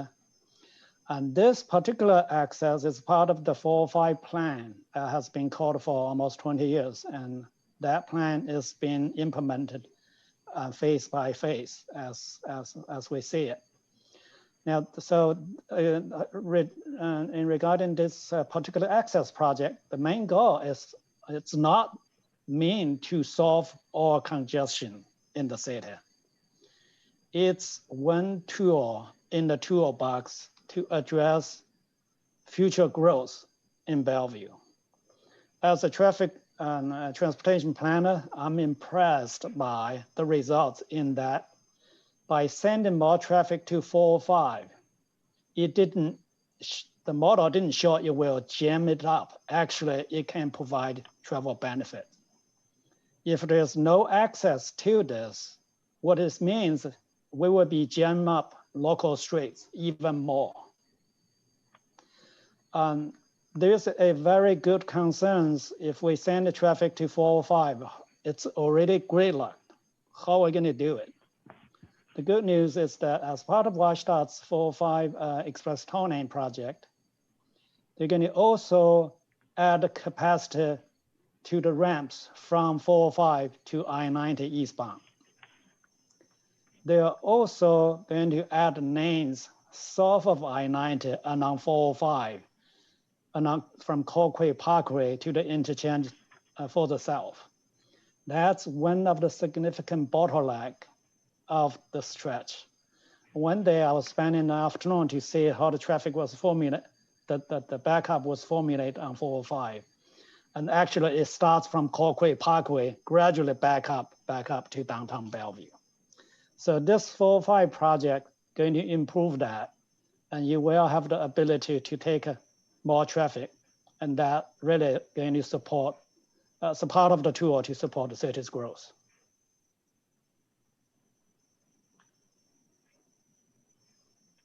Okay, thank you. I'm going to go back around, and I hope we can be concise in this round.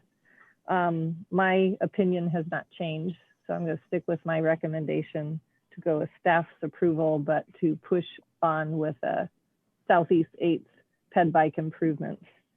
And I appreciate Councilmember Zahn's input on the impacts of some of the other alternatives. Councilmember Lee. Thank you, Madam Mayor. I think Xiuming just summed up very well. 405 master plan has been in the books, and we know the problems. He articulated very well. That's what Vic Bishop was talking about. You know, we are just focused on one thing only, just one piece of the puzzle. This is the whole puzzle is a 405. And he identified well from Bellevue all the way down to I-90, all the way down to Renton. And to 167.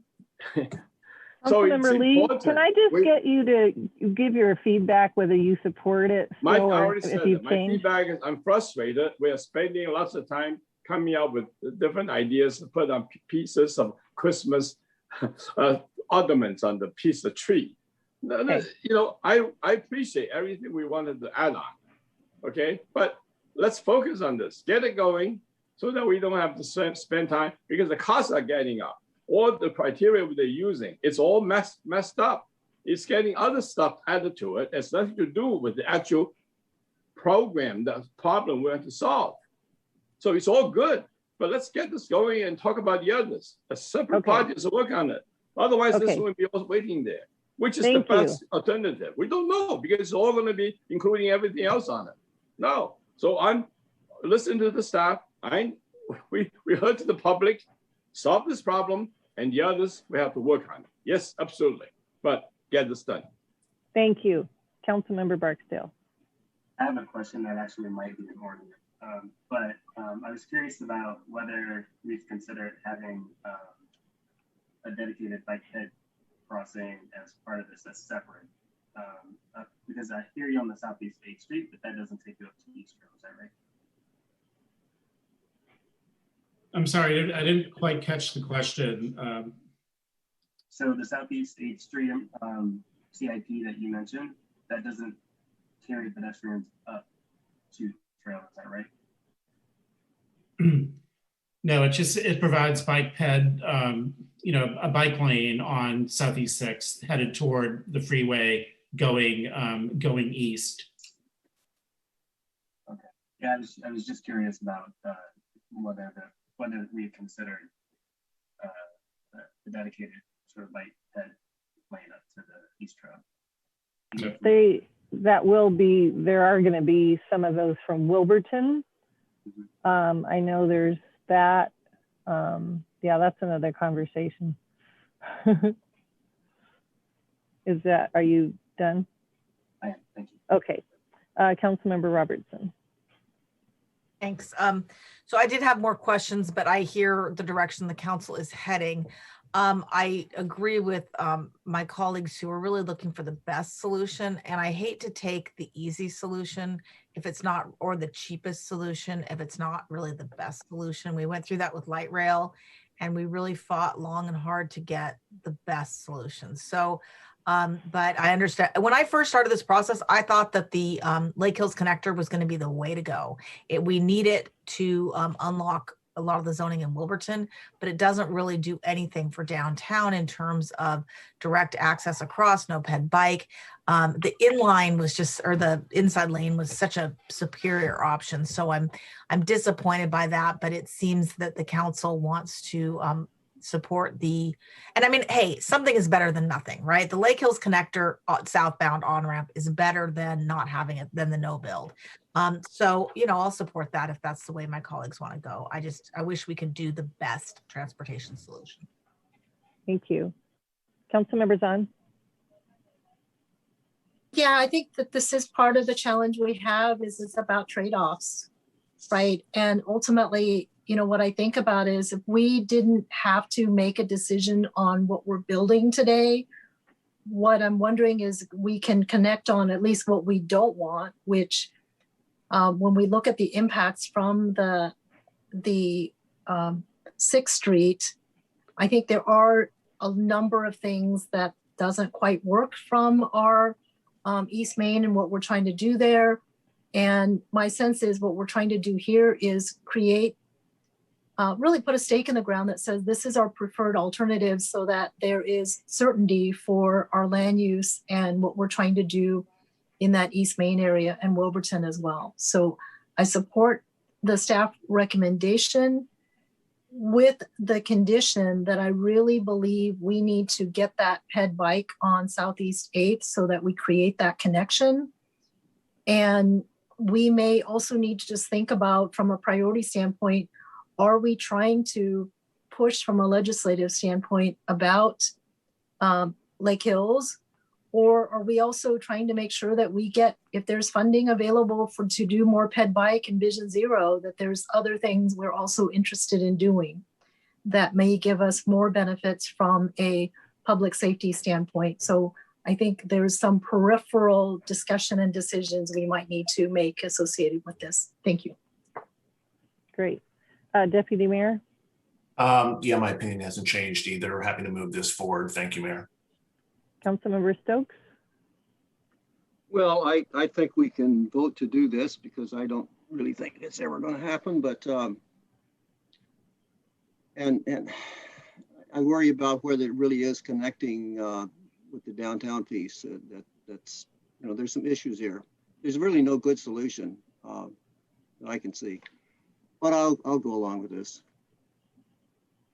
Okay, so we've had a good discussion, and I do like the bike aspect of it. I didn't weigh in on that. Excuse me, Mayor, but I think you would like to have one more positive on that.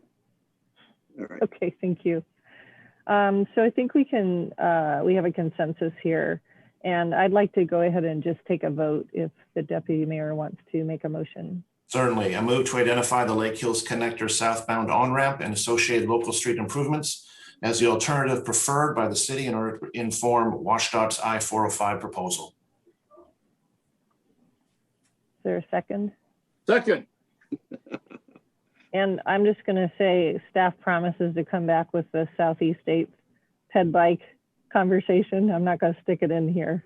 We will. Okay. All those in favor say aye. Aye. Any opposed? All right, thank you. We are going to take a break. It's 7:48. I will give you 10 minutes. 58, how about 12 minutes? And we will come back at 8 o'clock, okay? Thank you.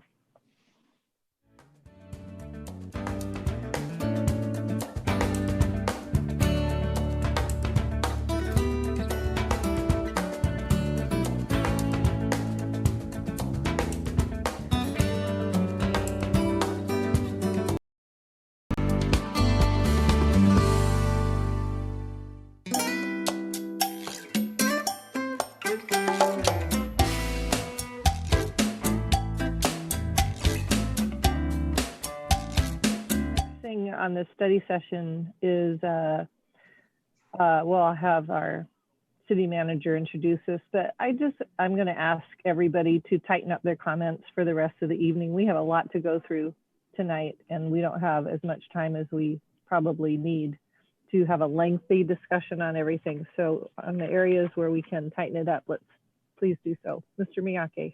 Yes, thank you, Mayor and Council members. I'll cut to the chase here. The next topic is on the recommended land use code amendment to establish lower minimum residential parking requirements for certain developments in the areas with frequent transit service. This evening, staff, along with the Planning Commission, will introduce the land use code recommendations meeting this objective. Staff will also present their analysis and recommendations regarding a number of other topics Council directed staff to look into related to the standards. And just by way of background, the council adopted an interim official control which established these minimum standards on July 6th and then extended the ordinance on May 18th. Again, staff are seeking council direction to prepare an ordinance based on the outcome of tonight's meeting for final action at a future council meeting. So again, looking for direction to bring it back at another future meeting. So joining this evening are members of the Development Services Department, Mike Goodman, the director, as well as Tristan Tanis, consulting attorney, and Christina Gallant, senior planner. And also joining us this evening for joint presentation is Radhika Molkavar, the chair of the Planning Commission. With that, I'm going to hand it off to Mike. Thank you, Mr. Miyake. Good evening, Mayor Robinson, Deputy Mayor Newman, House and Council members. As Mr. Miyake mentioned, we are here this evening asking for council direction to bring back a final ordinance for adoption that would amend the land use code, reducing the minimum parking requirements for residential projects in frequent transit areas. These amendments bring the city's code into alignment with new parking requirements that are included in state statutes. They are responsive to the city's affordable housing strategy. As you know, and you heard from speakers this evening and otherwise, that the cost of providing parking is a significant cost driver in construction of housing and specifically for affordable housing projects. So this provides options for developers to reduce the parking and save that cost, which could then lead to reduced cost for housing. Also want to point out that these codes are setting a minimum. They're not a requirement. So builders are allowed to build at a higher level of parking. They at least have to provide this as the baseline, but based on their project location, their goals and market conditions, developers have the option, housing developers have the option to provide additional parking above these minimums. And that is something that we do see on a fairly frequent basis, even with the minimums that we have in place now. But given the investment in transit that's happening in this city, leveraging that investment and reducing reliance on cars and reducing housing costs is really the goal that we're trying to accomplish. One of the goals that we're trying to accomplish with this. So at this point for the staff report, I will hand it over to Tristan Tanis and Christina Gallant, and that can provide the staff report. And as Mr. Miyake mentioned, the Planning Commission Chairman Will Gavkar will be here to present the Planning Commission recommendation. So Tristan. Thank you, Mike. Good evening, Mayor, Deputy Mayor, Council Member, City Manager Miyake. I'm Tristan Tanis, Consulting Attorney for Development Services. Thank you for having us tonight to present this item. As Mr. Brennan noted, we are asking council to direct staff to bring the ordinance as drafted for final action at a future meeting after your discussion tonight. For our agenda this evening, oops, sorry, did I mess up this screen share? No, you're still good. Okay, thank you, sorry. So for our agenda this evening, we will be starting by providing some background information, including explaining the objectives of this land use code amendment, or LUCA. And I will do that background presentation and then turn it over to Christina Gallant to go through the components of the LUCA. We will also have information about the engagement that we've had with the public, and Planning Commission Chair Mulgavkar will present the Planning Commission recommendation to the City Council. Lastly, we will be explaining the process that we have been following in this LUCA, and then close with restating the direction that we are looking from Council. So there are two sets of objectives for this LUCA. The first is to support the 2017 Affordable Housing Strategy, as well as the Transit Master Plan. And the second is to conform the land use code to requirements in state statutes, specifically RCW 3670A620 and RCW 3670A698. The Affordable Housing Strategy memorialized the city's commitment to creating affordable housing opportunities in Bellevue. Related to this LUCA, Action C5 looks to lower the cost of building affordable housing. And Action B1 specifically calls for reducing parking requirements for housing around light rail stations. As parking is an expensive piece of residential development, as Mr. Brennan pointed out, costing anywhere from $25,000 per space upwards of $50,000 to $60,000 or more when they are built underground. Reducing the minimum parking requirement when such parking is not needed is a huge cost savings, and encourage the building of housing and affordable housing. A couple of other city policies that are applicable here. The city's comprehensive plan policy, specifically land use 1, is to direct most of the city's growth to the downtown regional growth center and to other areas designated for compact mixed use development served by a full range of transportation options, as well as the transportation master plan recommendation to support transit use through design regulations. This is Transit Strategy 7. State regulations here, in addition to advancing the affordable housing strategy and other city policies, this LUCA also conforms the existing land use code with 2 state statutes. As I mentioned earlier, the first is RCW 3670A620. This specific RCW requires cities like Bellevue to have conforming regulations by June 11th of last year.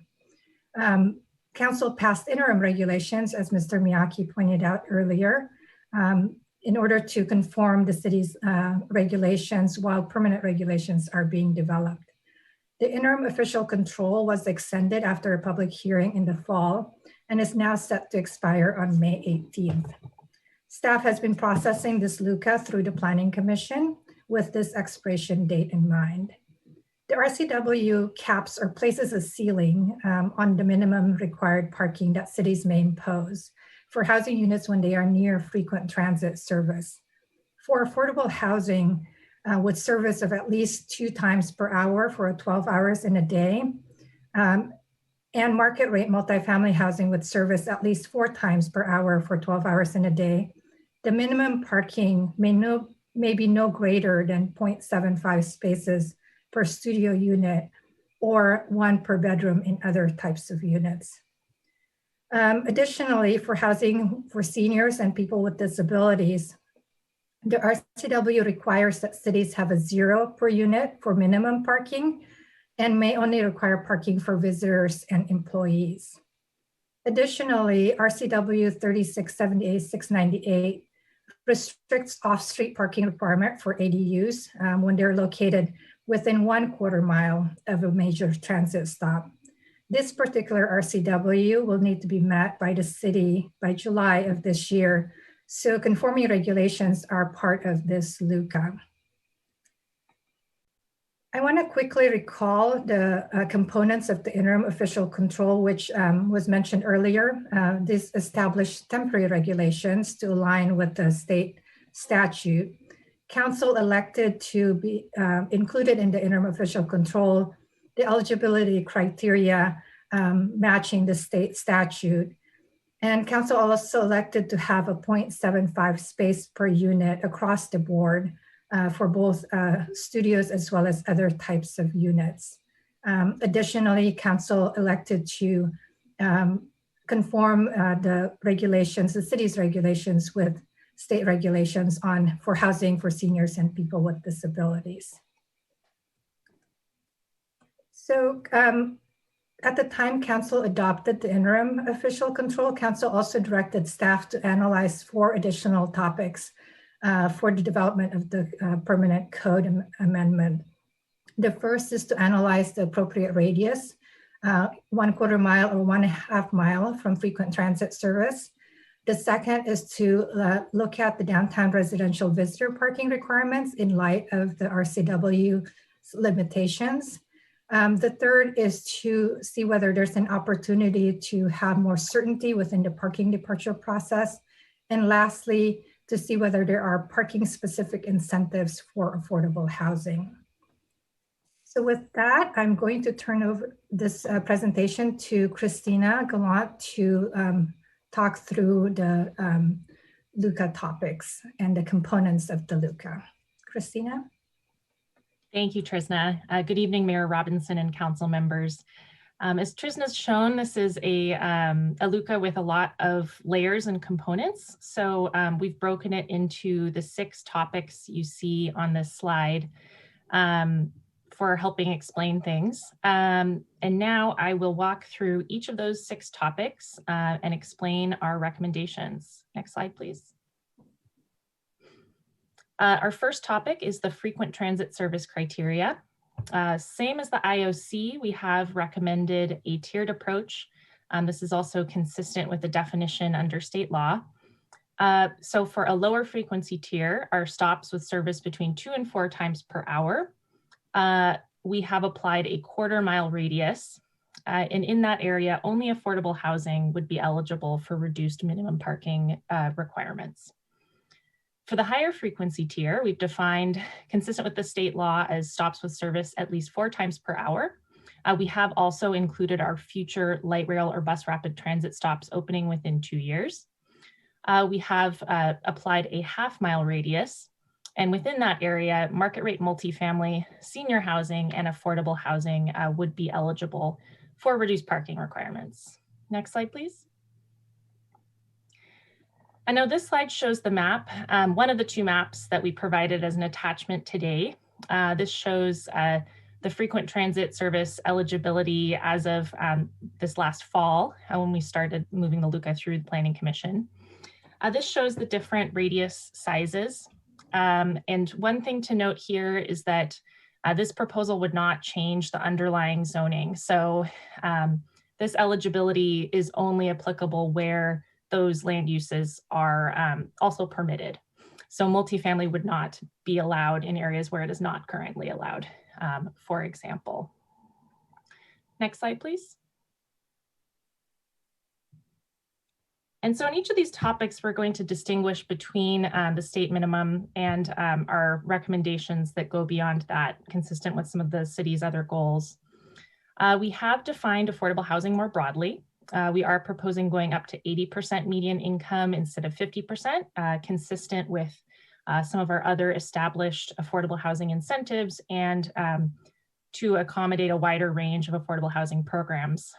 We have required that this reduction would only be available to permanent affordable housing. That would be housing units where there is a recorded agreement restricting that affordable rent or affordable sale price for the life of the unit.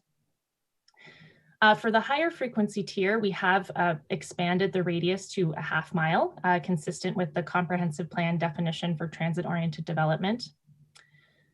We do have some ability to use evidence to determine when reduced parking may not be appropriate. One objective standard that we have included in the LUCA would be to establish that in cases where someone would have to walk more than a half mile to a qualifying transit stop, that the director can determine that frequent transit service is not available. The classic kind of case of that would be where there's a stop on one side of the freeway and the radius jumps the freeway and touches a property where there isn't good pedestrian access to a stop. So we've implemented this to help address that potential issue. And finally, we have included incorporating future light rail and bus rapid transit stops opening within 2 years, just understanding that those really represent the best opportunity for TOD in the city. Next slide, please. And I should state, I think I forgot to mention that the LUCA also stipulates that frequent transit service eligibility is based on service availability at the time that the permit application is complete or the land use approval is complete. So while we're proposing updating the maps at least annually, if there's a significant service change during the year, we wanted to make sure the decision could be responsive to that. So next, I'm going to cover 2 topics at the same time.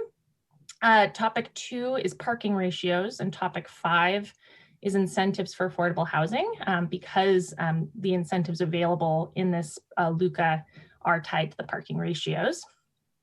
And so in order to provide increased flexibility for affordable housing development, we have proposed lower ratios in the higher frequency tier.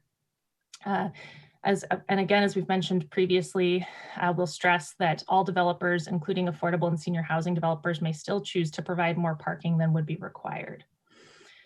So similar tiered approach that we presented in the previous topic, we have a lower frequency tier and a higher frequency tier. In the lower frequency tier, only affordable housing would be eligible for reductions at the 0.75 spaces per unit level. In the higher frequency tier, eligibility expands to include market rate multifamily and senior housing as well. Though for affordable housing, the minimum would drop to 0.5 spaces per unit, or 0.25 for small units at 60% AMI. That was an incentive level we offer currently in Belred and Eastgate.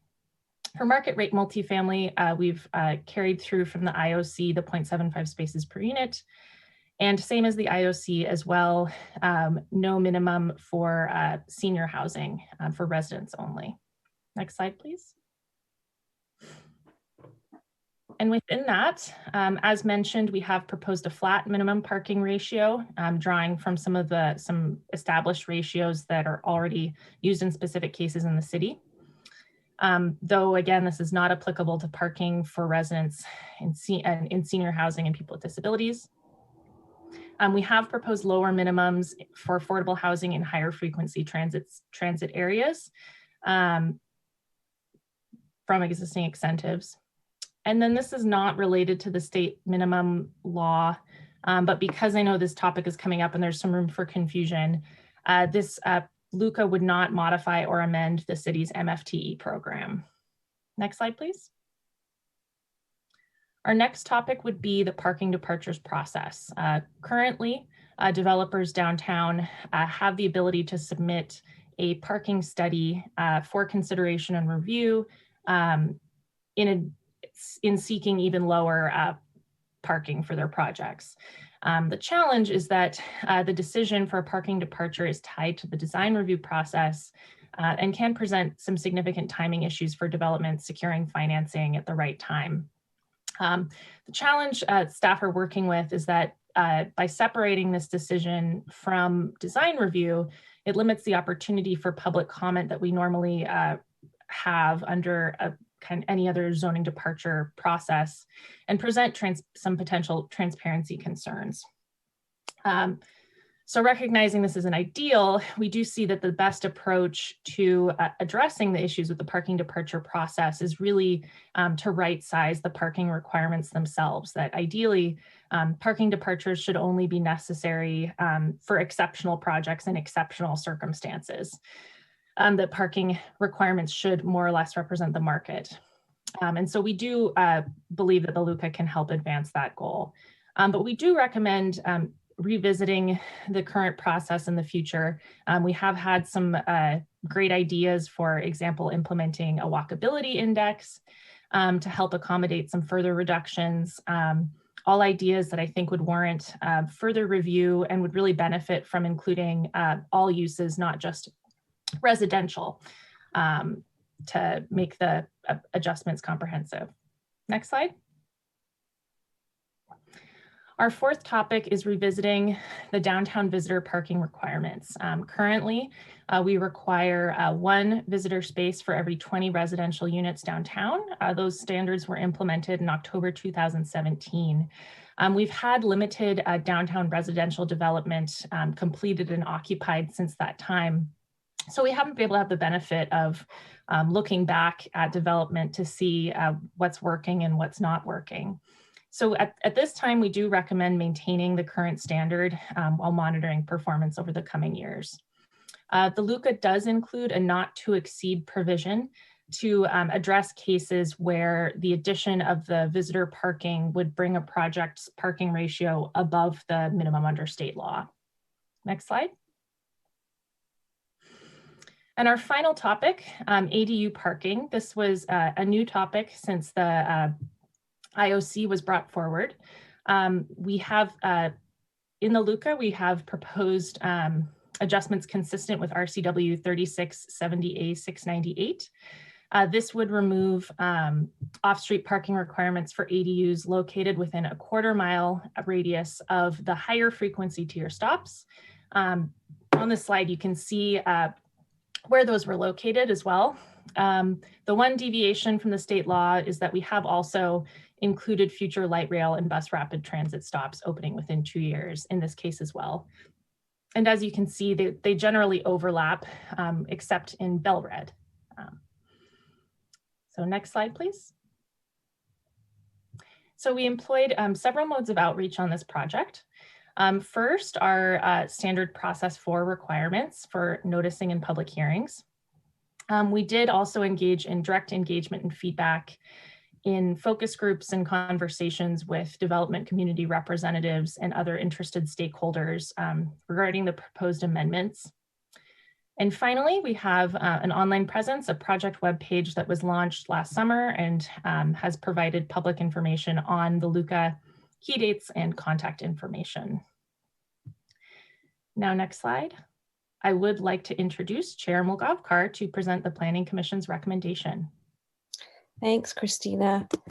Yes, so the Planning Commission reviewed this LUCA in 2 study sessions on January 13th and January 27th, as well as having our public hearing on February 24th to make this recommendation.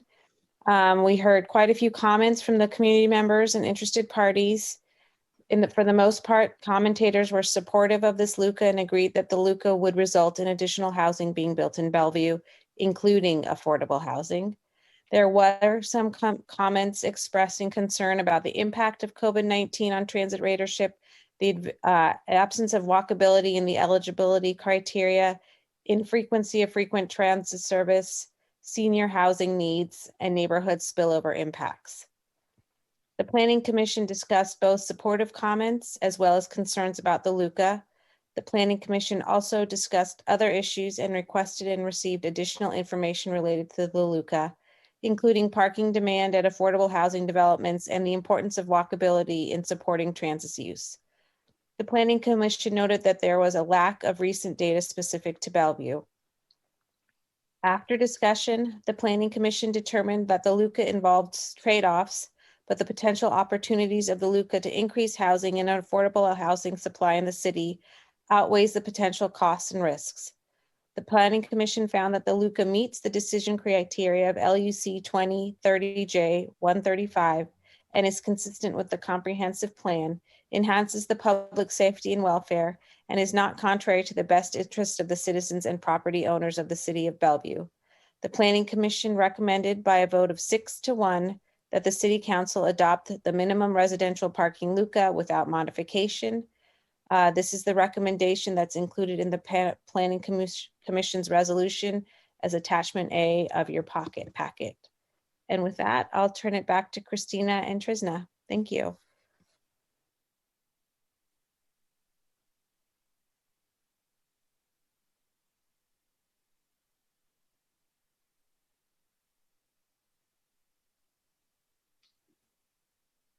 Christina, did you want me to go through these? Oh, yes, I thought you were going to. Yes, okay. I'm sorry. Apologies. So this slide shows the LUCA process that we've gone through. It is a process 4, so it's a city council legislative action. As the chair mentioned, we went through planning commission study sessions January 13th and then January 27th. And the planning commission held the public hearing on the required public hearing on February 24th. Today is April 5th, and you are, the city council is having its study session to introduce this LUCA, and as well as to potentially direct staff to bring this ordinance, the draft ordinance, for action at a future meeting. We are planning on going to the EBCC for a courtesy hearing tomorrow night, and then again with the goal of being able to have permanent regulations prior to the expiration of the interim official control, which is May 18th is the expiration date. So restating the direction that staff is looking for, we are hoping that council would direct staff to bring the ordinance as drafted for final action at a future meeting. And that concludes our presentation. Okay, thank you. Can you put the slide back up on all the different things that we're discussing? Yes. Any particular point in the slide, Mayor? Do you have a list of the things that we're looking at? Keep going. It's the areas that the staff do. There you go. Thank you. So I'd like to encourage council to kind of stick to these topics because this is what we're being asked to direct staff about. So I'm going to call on Councilmember Barksdale first because he's the liaison to the Planning Commission, and then Councilmember Robertson, Zahn, Deputy Mayor Newhouse, Councilmember Stokes, Lee, and then myself. So Councilmember Barksdale, would you like to start us off? Yes, thank you, Mayor. Looks like the slide is not showing actually, but I would say thank you to the commission and the staff for your work on this. I support the Planning Commission recommendation. It is not necessarily directly related to this, but one point that came up during the Planning Commission meeting was improving the sidewalks, given some of the comments that came up. Separate Councilmember Barksdale, I'm sorry to interrupt you. We're having trouble hearing you. I wonder if there's a way to change that. How about now? No, it's kind of a small volume. I may have to disconnect. There you go. That's good right there. Maybe just amplify. Okay, sounds good. Thank you. All right. So I support the Planning Commission's recommendation and thank the commission and staff. One point that came up during the during this topic that's sort of related is improving the sidewalks to improve walkability. So not as part of this LUCA, but just curious about the idea of maybe prioritizing sidewalks in these areas, in the frequent transit areas for upcoming work. That's it. Staff, do you want to respond to that recommendation?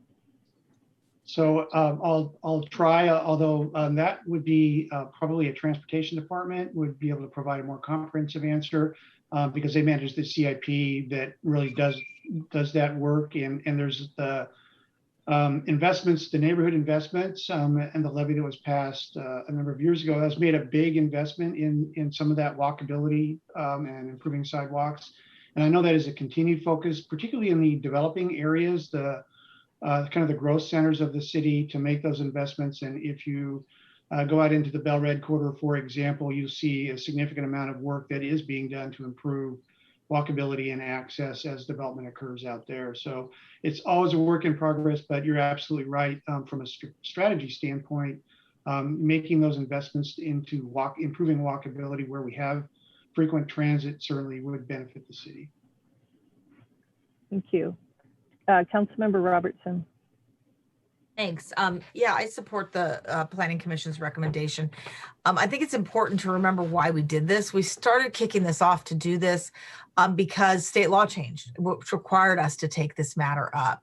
But in the intervening time, we've been looking a lot at how much we need more housing in general in Bellevue and how much we need affordable housing. And parking is a huge component of the costs of housing and a barrier to creation of housing. So I think that that is really helpful. The other thing to keep in mind is that the developments that are going in today aren't for the Bellevue residents who live in Bellevue today, although some may live there.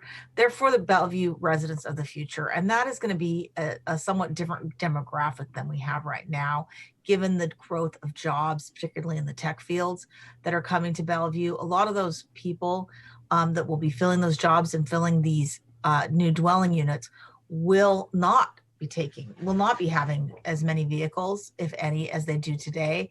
And so we're, projecting that we will not need as many parking spaces. So I think that that's important to keep in mind.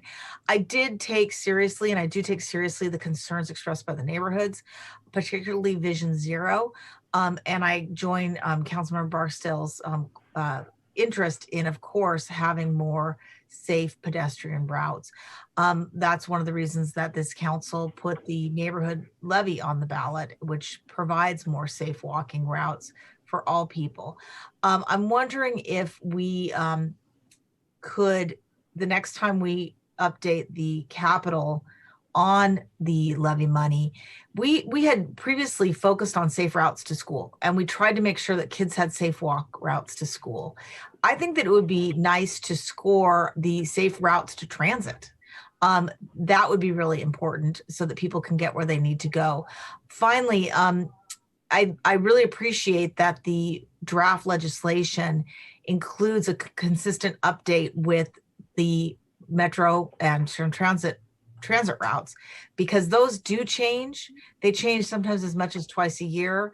And I'm, as a member on the Regional Transit Committee, I know that there's going to be changes coming up in the next 24 months in particular. And so making sure that this is more flexible so that we know where the routes are and where they are not, I think is really important. So I will support the recommendation to send this on to EBCC and then bring it back for a courtesy hearing and bring it back for passage of the council. Thank you. Thank you. Council members on.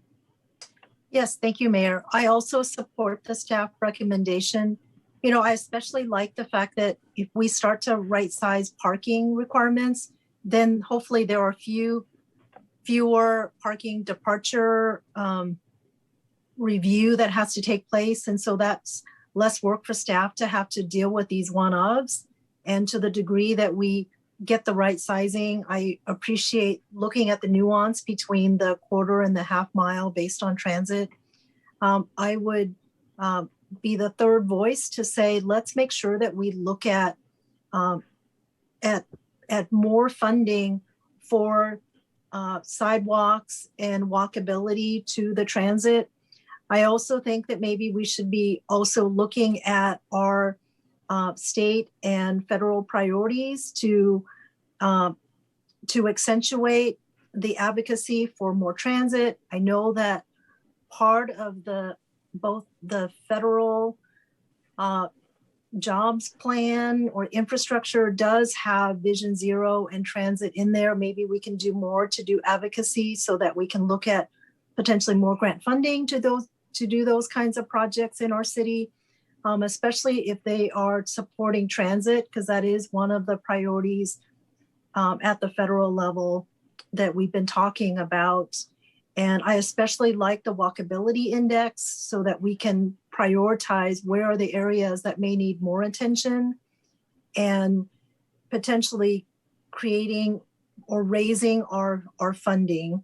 And then the advocacy with King County to make sure that our transit routes don't get diminished, so that then we end up in this spiral where we're not actually able to get the reduced parking requirements. So I really appreciate the work staff's done and the Planning Commission on getting us to this point, because it will be very, very important to make sure that we don't create more barriers to building both affordable housing and just more housing in general. So thank you. Thank you. Deputy Mayor. Thank you, Mayor, and thank you for the great presentation. Very thoughtful and well laid out. And I just wanted to touch a little bit on some of the also very thoughtful questions and comments during oral communications earlier this evening. So one of the questions that came up was seniors and lower income residents who really do depend on a car. Did we do any analysis here in terms of the potential impact to both of these residents potentially in our community? And will it violate any applicable laws? I'm sure you already examine that in terms of ADA or any anti-discrimination laws, but since it came up, I thought it was an interesting question. So wondering if you took a look at that as well. So why don't I take the last question and then I'll ask Trisna and Christina to answer the question about senior housing. So we are aligning this ordinance with the state statutes. There are some areas where there are minor differences in what the state requires. We do obviously have our ordinances or draft codes reviewed by the city attorney's office, and they have not at this point raised any concern about discrimination. Although we received the comments late this afternoon and haven't had a chance to dig into them any more deeply, but I can say I think with some confidence it's been a pretty comprehensive review of this, and no concerns of that nature have been raised in our staff review and the legal department or the city attorney's office review. And we also do review each project for compliance with ADA when they go through development review, so we ensure that they're meeting those requirements as applicable. And then also, as I noted in my opening comments, these are minimum requirements. They are not a required minimum. They can't go below this without the departure. They can build above this. They can provide parking in senior housing projects. In many, if not most, senior housing projects have parking provided for the residents. It is really a market condition that drives that. And those senior housing projects are working to really target various different markets. And so that parking need may vary depending on who they are, who the residents will be. So again, on that question, I think we're in pretty good shape. But again, we haven't had a chance to do a detailed study on those specific comments that were raised this evening. Certainly, if necessary, we could follow up if council wants us to. Right. I will, on the other question, Deputy Mayor, I'll ask Trisna and Christina to respond. Trisna? Sorry, Deputy Mayor, the question was in terms of our research into the need for, or what the specific needs is for senior housing. Not for senior housing, but if we did an analysis on the impact if seniors or lower income residents who may depend on the car to get to their job or to get to groceries, et cetera, do we do any analysis on that, on the impact of that? So we have, I think as the chair, Planning Commission chair mentioned a little bit, there is definitely a lack of recent and targeted data in regards to parking and specifically to Bellevue. As council may know, there is a plan that CD Community Development has to do a comprehensive parking study for both residential and non-residential.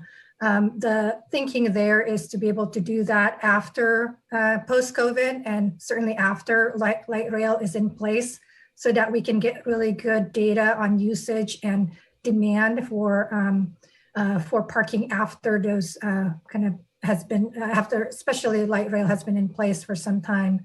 That's really the thought at this point in time. Okay. Well, then my follow-up question to that would be, given that the data may not be as accurate as we'd like it to be, and I get that, the state recommended is a quarter mile, but we're recommending half a mile at this point, or staff is, and the Planning Commission is. Do we feel, I guess, what's the argument for going directly to that half mile if we don't feel the data is great at this point? Are we not safer going with the quarter mile versus pushing right away to the half mile? I'm just asking the question. Do you have any thoughts on that? Yes, we did look at what would work. It's a balancing of being able to provide reduced minimums and to allow that additional housing and affordable housing to be built. And balancing that with the potential impacts. And as again, the chair noted in her presentation, the Planning Commission really felt like it was the right, there is some trade-offs to be made, but felt that going forward with the half mile would allow for an increase in housing development and affordable housing development. Thank you. Yeah, okay, Councilmember Stokes.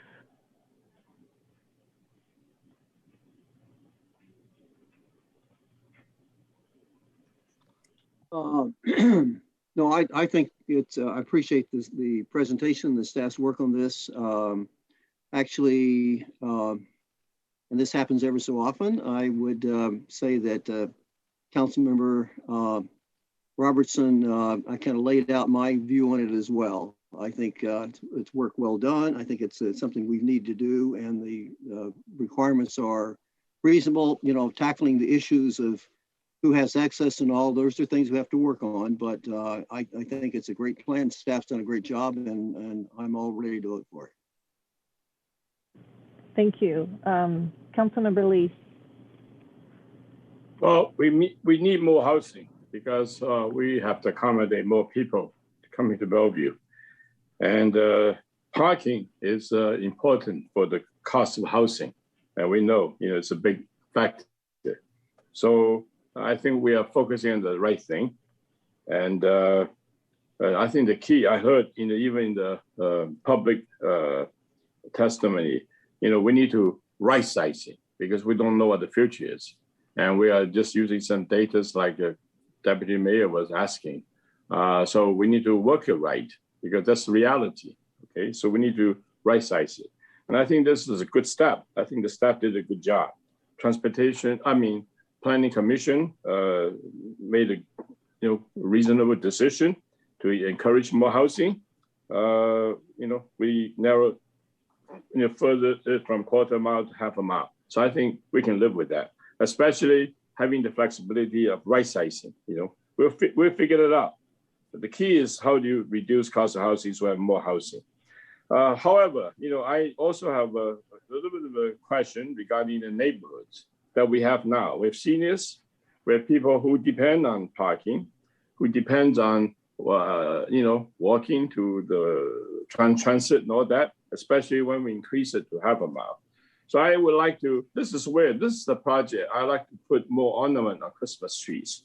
We need to figure out how to put in better pavement, how to improve on walkability, how to improve on accessibility, to where the seniors or people who live there who need, to not have cars and to get to where they want to go. I think we need to figure that out. We need to make sure we commit, as we were talking about earlier in the other,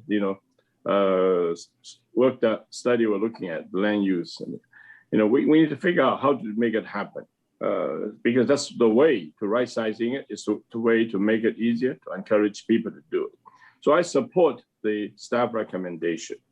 I think, this will give us the direction to go to more housing. And at the same time, I would really like to, just like we did before, have the city look into more neighborhood, more services, especially we also was considering ADU, right? People who have ability situations. We need to do something for those folks.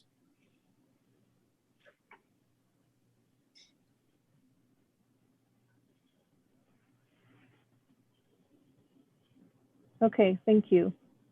So I actually have a lot of questions, and I'm very supportive of encouraging affordable housing, as you know, but I do want to just ask a few questions. And first, I love that safe routes to transit line. I think that's a good guide. I'd love to focus on that.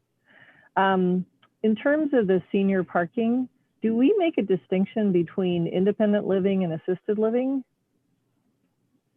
facilities? We do not. They're considered, at least under this use category, they're under the same category in the land use category. I think that's a big mistake, to be honest with you, because independent living seniors are probably the people who really are still independent because they can drive. And Silver Glen is a really good example of that. That's, you know, within a quarter mile of a rapid transit, but hardly anybody can walk there and walk back functionally with groceries or for whatever reason, and they really need their cars. Assisted living, however, most people don't drive who are in assisted living. So you could certainly reduce the parking requirements in assisted living. So I'd like you to consider maybe redefining what you mean by senior living facilities. And then with the ADUs, I get that we think that people who live that close to transit are not going to need a car and won't use a car, but that doesn't guarantee that the people going in there won't have a car. And we really are sensitive to bringing cars that don't really have parking area into our neighborhoods. You know, we get these ADUs in, we don't know what the impact's going to be. Would it make sense in those quarter mile frequent transit areas to put in some provision with the ADU that that the tenant cannot have a car? I mean, if you don't think they're going to have a car, then would that make a difference? So there's two questions maybe you can weigh in on, and then I have a third question. So Tristan, do you want to answer the question on the ADUs that really we've got to maintain alignment with the state statute here, and that's one of our challenges with this. So Tristan, do you want to have anything additional to add on the ADU questions?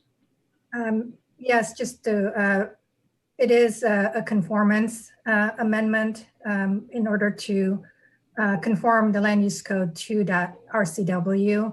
We're pretty limited in our ability to make any modifications or anything, you know, that's in addition to a requirement to that cap, that ceiling that the state has imposed.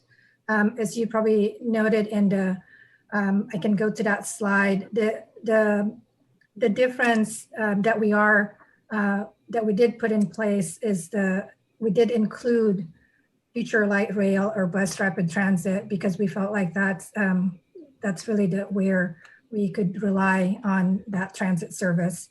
But we kept it at that 4 times per hour, so pretty high frequency, and then kept the radius to that quarter mile to reduce that, to make sure that they can access frequent transit.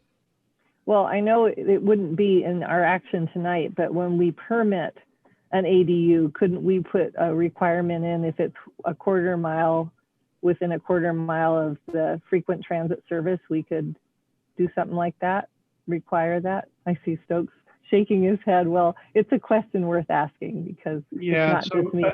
From an enforceability standpoint, I think that would be very difficult to prohibit somebody from living in an ADU that had a vehicle or that owned a vehicle. That might be a bit challenging just for consistent enforcement. And again, the area where we have this, you know, this frequent transit at 4 times per hour, at least within a quarter of a mile, is not a huge area of the city either. So there are many of the neighborhoods where ADUs that aren't in close proximity to frequent transit would need to provide that parking. Okay. And then what about the senior, making a distinction between independent and assisted living with these? Is that still a problem to change the language? Because we're truing it up with the states. So the state regulations only provide for senior housing and don't make a distinction between the types of senior housing that may be, you know, may be there in reality. I think Mike's previous comment that really it is market driven. So where a developer is has a clientele of seniors who are very much active and who do drive, then it is very likely that the developer would provide that parking in order to attract that clientele. So we, I think, again, we're limited based on the state statute, but we also feel confident that there's some of the market forces that would really provide for parking when parking is needed. Well, I hope you're right. I would really hate to limit parking for the people who really need it to get around. Okay, well, those were my questions. So I do support the recommendation from the Planning Commission. So it sounds like there's broad support for recommendation of everything brought forth here. So do we have a motion? Certainly. I move to direct staff to bring back the ordinance as drafted for final action at a future meeting. Second. All those in favor say aye. Aye. Any opposed? Great, thank you very much. Thank you. Okay, we'll move on to study item C, Mr. Miyake. Okay, the next item, Mayor and Council Member, is initiating a transportation element policy amendment and repeal the comprehensive transportation project list from the comprehensive plan as part of the 2021 annual comprehensive plan amendment work plan. So this evening, staff are seeking council consideration to incorporate a number of proposed city-initiated transportation amendments in the 21 comp plan amendment work plan. And just by way of background, the council approved a consultant contract to prepare specific transportation element policy amendments for the 21 comp plan amendment work program. Joining us this evening are Emil King, Tara Johnson, as well as Kevin McDonald to provide you some presentation. And again, we are looking for direction on this. So I'll turn it over to you, Emil. Thank you for the introduction, City Manager. Good evening, Mayor, Deputy Mayor, and members of Council. I'd like to briefly provide a few opening remarks to set the stage for our remaining time together tonight. Staff are here tonight for two agenda items relating to the 2021 Annual Comprehensive Plan Amendment Work Program, the one before you right now and another next on the agenda. Consistent with the provisions in the State Growth Management Act, Bellevue has an annual plan amendment process. This process typically has threshold review early in the year, significant work on final review happening in the spring and summer, and wrapping up late fall each year with council adoption. The first topic under this study session is for what the Bellevue City Code refers to as council-initiated plan amendments. These require a majority of council to provide direction to initiate, moving them on to final review with no threshold review required. The second topic under the next agenda item will cover privately proposed applications which do require threshold review by the Planning Commission. Those acted on by the council in the affirmative then move on to the final review. As you'll hear tonight, the Bellevue Comprehensive Plan is an important document that sets forth the vision and policy direction for the city relating to a number of important things, including how land is used and how we move around, among others. So with that opening, I'd like to now turn things over to Kevin McDonald for the presentation. Thank you, Emil, and good evening, everyone. I have a very short slide presentation to describe the request for council to initiate two components of transportation policy, one related to multimodal concurrency and one related to a comprehensive transportation project list that is in the comprehensive plan. So brief agenda, I will review those requests for council-initiated comprehensive plan amendments and seek direction to include these in the 2021 annual comprehensive plan work program. So first, the topic of multimodal concurrency. As you know, and as Councilmember Robertson has been involved, the Transportation Commission is currently preparing a recommendation to move the city away from a vehicle-centered approach to transportation concurrency and migrating towards a multimodal approach. This effort has been in process for actually many years. And as council members on will remember, when she was chair of the Transportation Commission, the commission dived really deeply into multimodal metric standards and guidelines back in 2017. And that work becomes the foundation for the existing multimodal concurrency work that the council has directed the Transportation Commission to do. In January, the council approved a scope of work and a budget and direction to the Transportation Commission to prepare a multimodal approach to concurrency. Consequently, the result of that work will be recommendations to change comprehensive plan policy away from the vehicle approach that is currently embedded there into a multimodal approach. The policy work has not yet been started by the commission. The commission has been working on foundational issues related to the components of a multimodal approach to concurrency. The second topic is with regard to the comprehensive transportation project list. In 2015, with the major update of the comprehensive plan, the City Council created the comprehensive transportation project list on the recommendation of the Transportation Commission. The reason for building a comprehensive transportation project list in the first place was that transportation projects of all types were scattered in so many different places in the comprehensive plan. And there were 781 different projects in the comprehensive plan in many different locations. Many of those projects had been complete. Many were inconsistent with one another because they lived in different places and they spoke to the same geography, but they didn't describe the same project. And some were superseded by more recent planning efforts.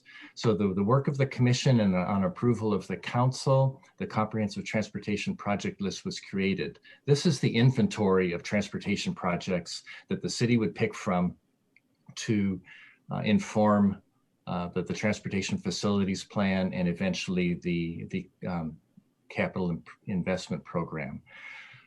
But the city staff, the transportation staff, is recommending that the comprehensive transportation project list be repealed from the comprehensive plan.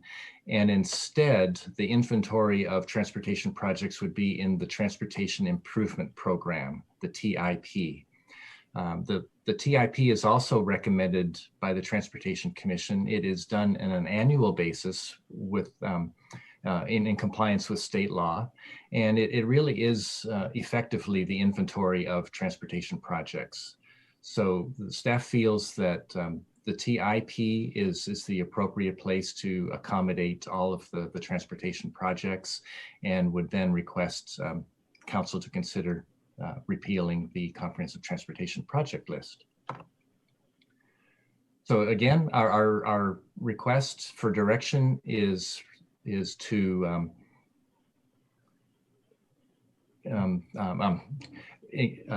look at policy amendments related to multimodal concurrency and to repeal the comprehensive transportation project list.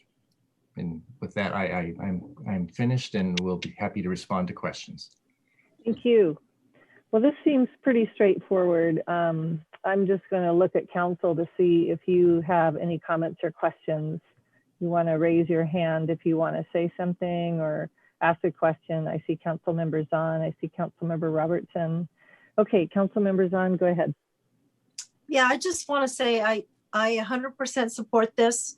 Having been engaged on the Transportation Commission when we were working on the multimodal concurrency, and also that very painful effort of consolidating into that comprehensive transportation project list. So I'm really glad that we're doing that cleanup, putting it all in the TIP and having that multimodal. So I really appreciate all of the work from staff and the Transportation Commission to get us to this point. Kudos, that was a lot of work and more to come. Thanks. Councilmember Robertson. Thank you. Yeah, the commission's really been focusing on this for a while now, and I know they have a full a lot of work ahead of them. It's really important that we get this done this year, because if we don't, then we're going to have difficulty potentially issuing building permits in the years ahead because we'll run out of concurrency. So updating the concurrency, making sure that our transportation plans are accurate and updated is really, really important to the continued success of Bellevue. And I just want to give a shout out to staff who've been working tirelessly on this. We still have a ways to go, but they have put so much effort and thought into how this is coming along. I just really wanted to say on the record how much I appreciate their work. Thank you. Okay, so do we have a Councilmember Lee? My hand raised, wasn't noticed. Anyway, I will have a staff question for staff. Is it the same as what the commission have been working with you on? During the last year of my liaison at the commission, we're looking at a master plan. Is this something of that master plan, a evolvement from that, or a version of it? Councilmember Lee, the short answer is yes. The multimodal concurrency policies and the work that the commission is currently doing is embedded in what we're calling the mobility implementation plan, which is essentially a transportation master plan. A couple small differences. Typically, a jurisdiction will develop a transportation master plan when they don't have other modal plans that help guide their work. Bellevue has been fortunate over the years to have had modal plans. We call the transit master plan that we referred to in the last study session item, the pedestrian bicycle transportation plan, which we've had since 1999. Those modal plans will be folded into the mobility implementation plan. We don't have to create them from scratch, but we will look for opportunities to refresh them in this mobility implementation plan update. In your time as liaison with the commission, the commission initiated a lot of this work, including recommendations that resulted in comprehensive plan amendments that the council has approved. So in the short answer, it is. Yes. Because as we talked about, the council actually all supported that, master plan, because there's so many different modal plans, and every plan is all very separate and not related. And so, this is a method, a way of getting a comprehensive plan. So we have it, kind of together working. So that's good. If that is the case, I think, if I recall, I think your director and your staff mentioned this is a much easier way, faster way to get it done, because the master plan would take a lot longer time, a lot more resources. So I compliment you of getting this done. The key is getting it done. So it's all looked together, related comprehensively.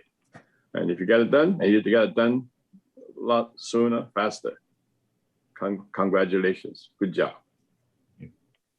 Thank you. So not seeing any other questions or comments, Deputy Mayor, do you have a motion? Certainly. I move to direct staff to initiate the identified CPA proposals into the 2021 CPA work program, incorporating policies in the transportation element related to multimodal concurrency, and repealing the comprehensive transportation project list and adding the identified projects to the 2022 transportation improvement program. Okay. All those in favor, thank you. And all those in favor say aye. Aye. Aye. Any opposed? Great. Thank you very much. Good work. Okay, we've got one more item under other ordinances, resolutions, and motions. Mr. Miyake, would you like to introduce this? Okay, hey, Emil, I'm just going to tee this up real quick.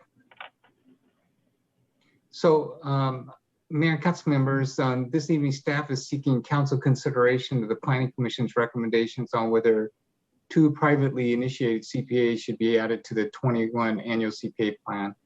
And just by way of background, these proposed privately initiated CPAs were introduced to council in February of this year. Joining us this evening again, is Emil King, Assistant Director, as well as Tara Johnson, Comprehensive Planning Manager, both of Community Development, and Radhika Mugavkar, our Chair of our Planning Commission, to present these recommendations to you. Emil? Thank you, City Manager Miyake. I'm going to go ahead and just hand things off to Tara Johnson, our Comprehensive Planning Manager, to get rolling with the presentation. So Tara, please. Thank you, Emil. Good evening, Mayor Robinson, Deputy Mayor Neuenhouse, council members, and members of the public. We're here this evening to provide the council with an overview of the threshold review recommendations from the Planning Commission as part of the 2021 annual amendment process.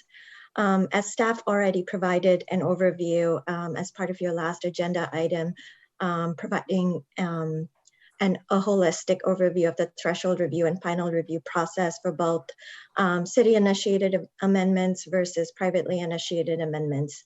What we're focusing on as part of this specific agenda topic are the privately initiated amendments, which, as City Manager Miyake mentioned, we came to City Council with a brief presentation earlier this year in February of this year.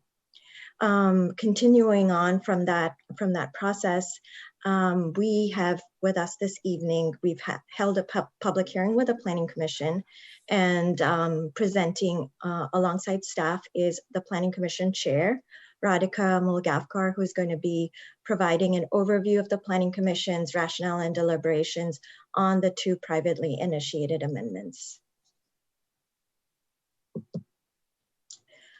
So our ask of council tonight is for council to take a look and consider the Planning Commission recommendations on the two privately initiated comprehensive plan amendment applications that have gone through the majority of the threshold review process, and then also determine which of those proposals, if any, should move forward onto the final review process, which would also include all the city initiated amendments, which include the transportation related amendments you just talked about. So as part of our agenda this evening, we are first going to provide an overview of the two applications.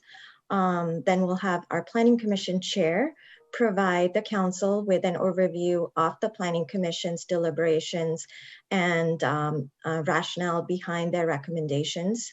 We'll also provide an opportunity for council to ask staff questions, and following that, there'll be action on the 2021 annual comprehensive plan amendment work program.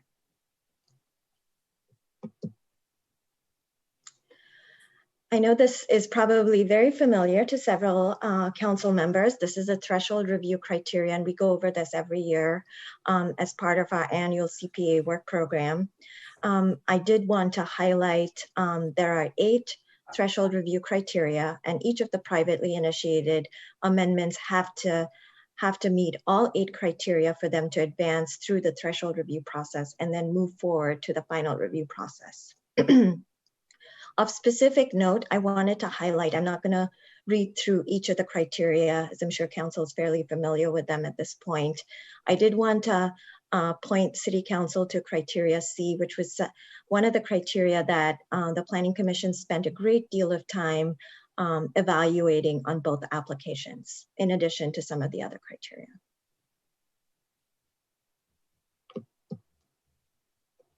Just to provide context, the two privately initiated applications that were submitted sometime last year, the deadline was the 15th of September in 2020, and we received 2 applications, as we've indicated.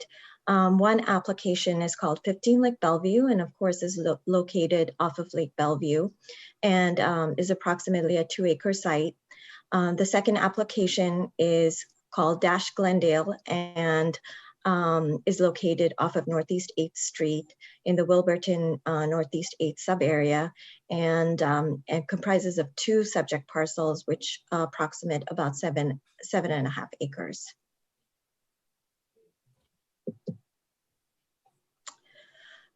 For illustrative purposes, staff put together this image for council's review. This slide illustrates the location of the two privately initiated CPAs in the context of the sub-area, the various sub-areas. So the 15 Lake Bellevue site is located within both the Bell-Red sub-area, which is this area highlighted in pink. It's also located within the Wilburton study area boundary, or the commercial Wilburton CAC boundary.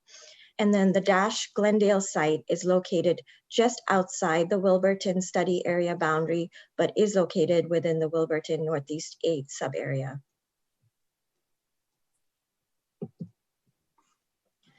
In terms of the public process and opportunity for public participation during this initial application process, as well as the threshold review process, pursuant to our code, we went through the typical noticing procedures, the notice of application, notice of public hearing, and the public hearing, of course, was held with the Planning Commission. And through that process, we received three sets of public comments relating to 15 Lake Bellevue. We had one person speak, the applicant speak in support at the threshold review public hearing. Related to the Dash Glendale application, we had a total of 7 applications submitted right up to the threshold review hearing date. I believe there were a couple more letters that came in today to City Council. We also had a total of 5 different participants that testified at the hearing. With that, I'm going to pause and pass things over to our Planning Commission Chair, Radhika Mulgavkar, who's going to walk the council through the Planning Commission's recommendations on both the privately initiated applications. Radhika. Thank you very much. So the Planning Commission recommended by a 4-to-1 with 1 abstention, so a total of 6 votes, that the proposed amendment for 15 Lake Bellevue in the Bell-Red sub-area from the Bell-Red General Commercial BRGC to Bell-Red Office Residential 2 BROR2, and to amend policy SBR 96 for maximum building height allowances on a 2.8 acre site not be included in the 2021 program because the application did not meet all the land use code decision criteria for threshold review of a privately initiated comprehensive plan amendment at LUC 20.30I140. Specifically, we were concerned about criteria C, D, F, and G. So to provide some additional context and background information, the Planning Commission believed that the proposed amendment raised policy issues that would be better addressed through an ongoing work program because the site is located within the Bell-Red sub-area whose zoning was adopted in 2009 and was subsequently included in the Wilburton Commercial Area Study that examined areas north and south of Northeast 8th Street adjacent to the Wilburton light rail station. So this is part of decision criteria C. Additionally, the application cannot be reasonably reviewed within the resources and the time frame of the current annual comprehensive plan amendment work program, since understanding the redevelopment capacity of this site and potential impacts cannot be done in isolation from the rest of the Lake Bellevue area and the larger Wilburton sub area, so the study area. So that went to decision criteria D. Expansion of the geographic scope of the proposal to include property to the west, the 9 Bellevue site, or any of the other BRGC designated areas could not occur without limiting expansion of the geographic scope of the proposal to anything less than all of the 10 BRGC designated properties that are contiguous to Lake Bellevue. This becomes an unintended consequence of geographic scoping, where such area-wide analysis of an entire Bell-Red designation is appropriate only for the sub-area plan amendment process and not the limited annual process. So that goes to decision criteria F. And finally, the proposed amendment is inconsistent with general policies in the comprehensive plan for site-specific amendment proposals and with other policy implementations. The proposed amendment is inconsistent with the general comprehensive plan policies because changing the development intensity on the single site in isolation from its context within the BRGC Lake Bellevue designated sites within the Bell Red sub-areas tiered node-based land use density patterns and without deference to the identified environmental impacts in the Wilburton land use study does not allow a staff conclusion that the application would meet the goal of the land use element and Bell Red sub-area plan policy direction. Decision criteria G. So then moving on to the dash proposal. This was a tough one for the Planning Commission, but the Planning Commission recommended by a 3-2 vote that the proposed amendment 4 from multifamily medium MFM to the neighborhood mixed use NMU on 2 parcels totaling 7.5 acres in the Wilburton Northeast 8th Street subarea, that the amendment not be included in the 2020 work program. And this was not what staff had recommended. The commission went against staff's recommendation in this situation.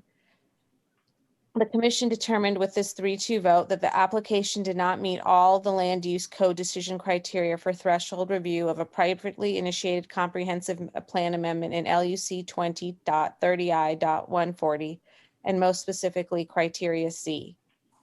The commission determined that the proposed amendment raised policy or land use issues that are more appropriately addressed by an ongoing work program approved by the City Council, since the site became part of the Wilburton study area based on the council direction in 2018 and should therefore be evaluated as part of the Wilburton implementation effort. This goes to decision criteria C, as I said earlier. Staff recommended including the Dash Glendale amendment in the 2021 work program. Staff felt it met all the land use code decision criteria for threshold review of a privately initiated comprehensive plan amendment in LUC 20.30I.140. Criteria C evaluates whether the proposed amendment raises policy or land use issues that are more appropriately addressed by an ongoing work program approved by the City Councils. Staff's evaluation of the amendment specific to this criteria is that the proposal meets the threshold of not raising policies issues that would be better addressed through an ongoing work program.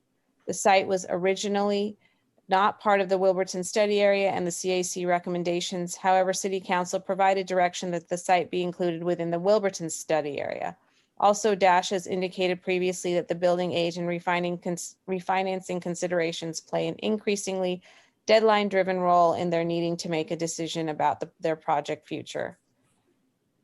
The City Council in 2018 recognized the unique opportunity represented by the combination of the site's proximity to the broader Wilburton study area, proximity to transit walk sheds and other infrastructure, and a willing property owner whose ownership mission is to provide workforce housing on property it owns. The CAC also heard from staff that the proposal could add to the affordable housing supply identified in the Wilburton draft environmental impact statement. Staff confirms that the proposed use of the neighborhood mixed use NMU designation to address Dash and the affordable housing strategy implementation presents a reason to examine this application through the annual CPA process. With that, Tara, I'll turn it back over to you.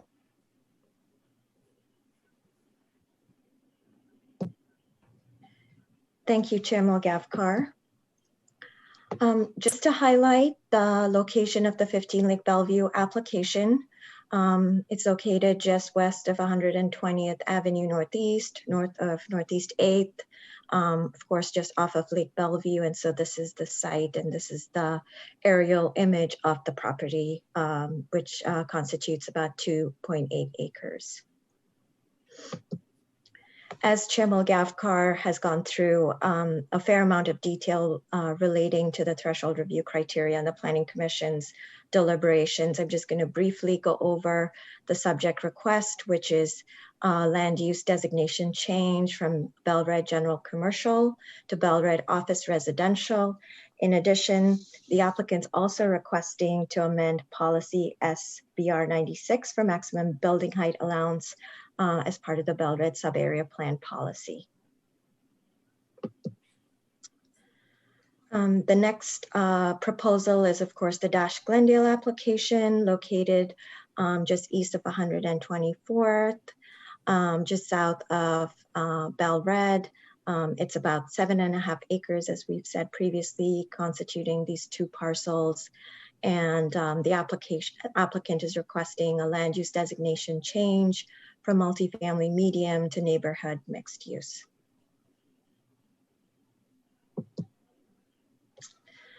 And so finally, to conclude our presentation, we're asking for council action on the Planning Commission's recommendations on the two privately initiated comprehensive plan amendment proposals, and for council to determine which proposals, if any, should move forward onto final review as part of our 2021 annual work program. And with that, I'll pause for any questions that council may have. Okay, thank you, Tara.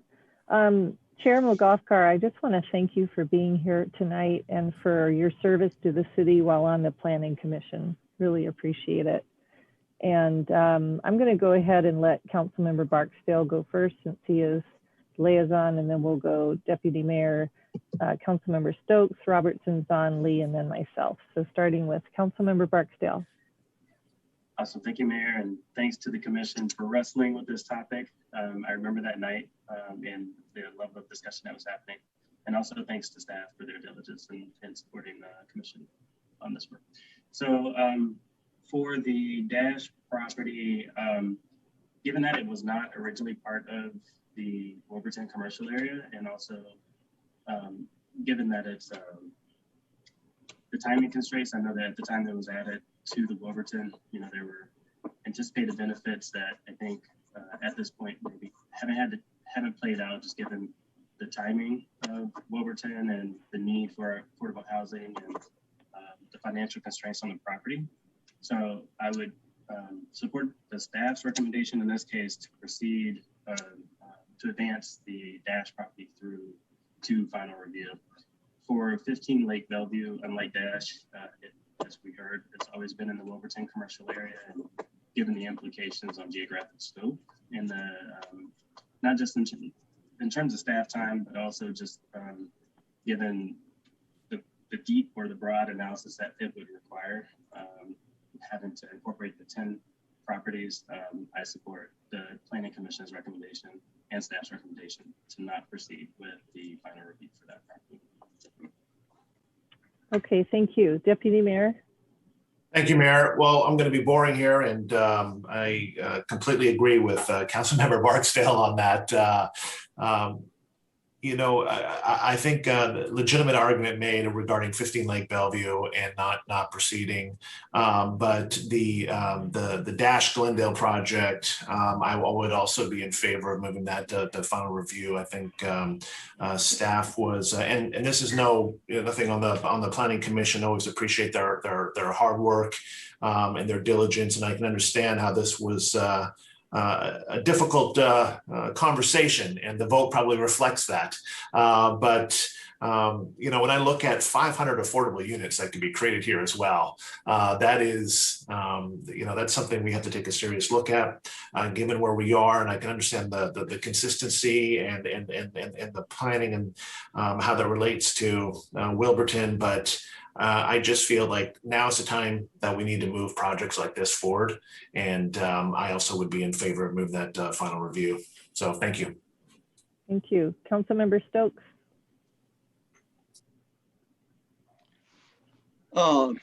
Yeah, I agree with the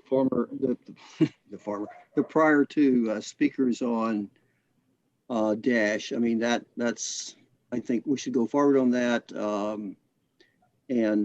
mean, that was close. I mean, just 3 votes from the commission is not enough to really take a hard look at it in a sense. I appreciate the work they did on it, but I think this is one that we can handle and should move forward on. It's consistent with our affordable housing strategies, and I'm happy with that. I think that's fine. I have some concerns about the other, the 15 Lake Bellevue site. I understand I mean, this is the problem with our system on, A, B, C, D, E, F, G, And most of those you can kind of make out of them what you kind of want to, in a sense. And I'm not sure what the one means on what the concern is on where is it, reasonably reviewed within resources. I assume that we're going to review this at some point either way. And I'm not quite sure what the problem is on that. The bigger problem I have is if it is this going to mean they're going to have to wait 3 years now to come back with this proposal? Emil, is that right?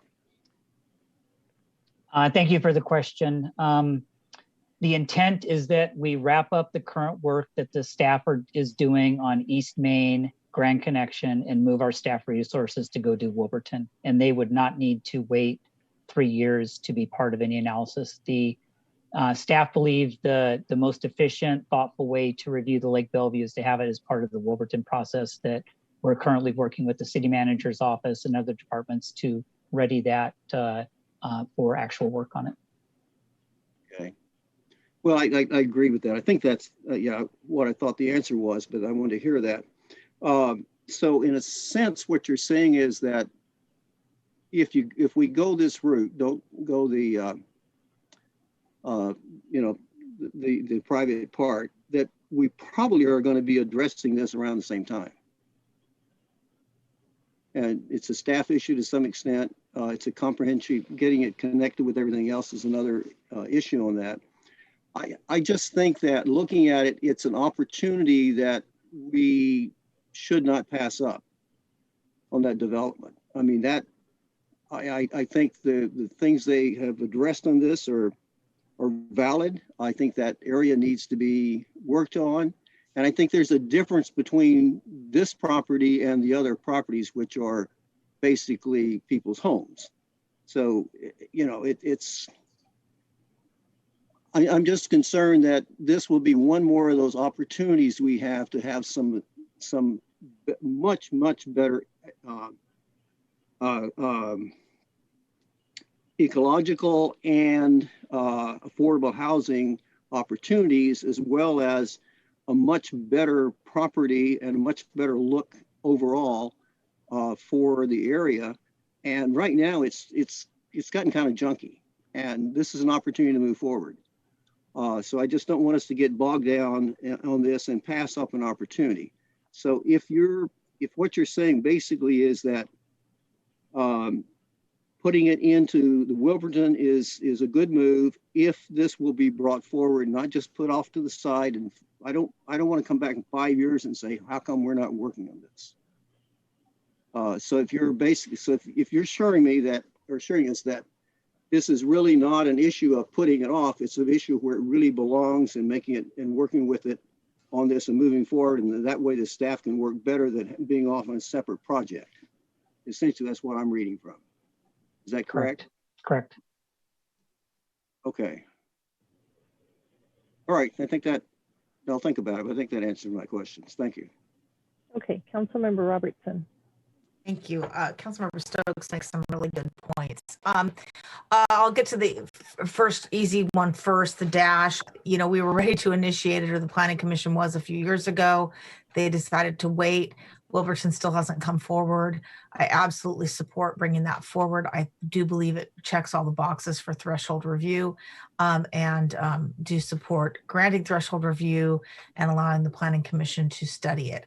The 15 Lake Bellevue, it's hard for me because there's been several times as I've been a policymaker of Bellevue that I have said something should be better addressed elsewhere. Right now, we initiated Wilburton, I think in 16 or 17. The CAC came out almost 3 years ago, and we still haven't even sent it to the Planning Commission.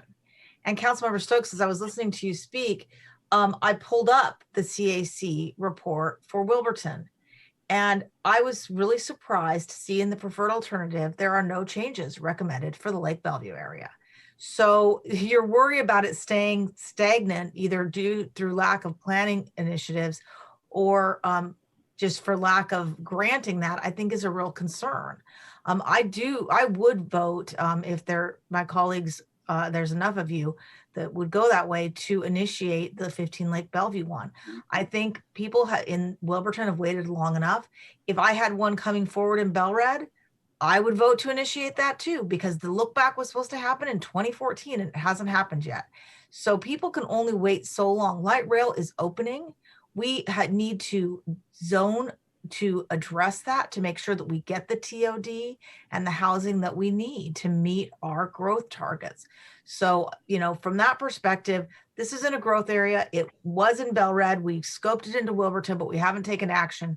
I say, let's study it. Now, maybe the solution won't be to grant what they've asked for. Maybe it's to grant something else or say no, but at least we would get one tiny little piece of the Wilburton study moved forward, because, we need to do it, and Belred.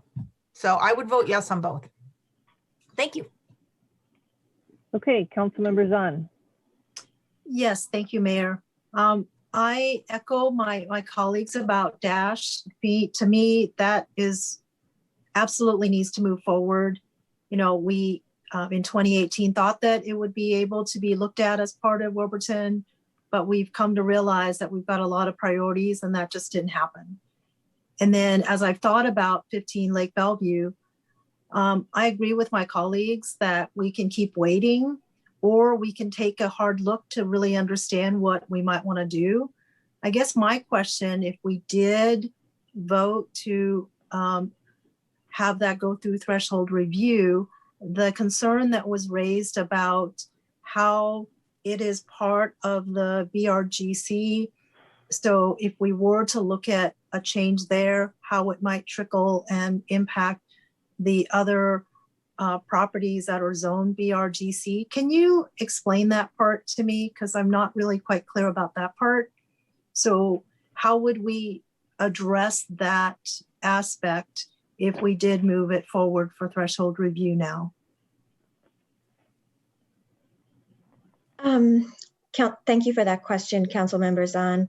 The applicant had initially requested through geographic scoping that an adjacent property be included, and the Planning Commission's recommendation was not to grant geographic scoping because it would result in essentially about 9 to 10 parcels all being included as part of that request, which essentially should really be evaluated as part of a sub-area planning process.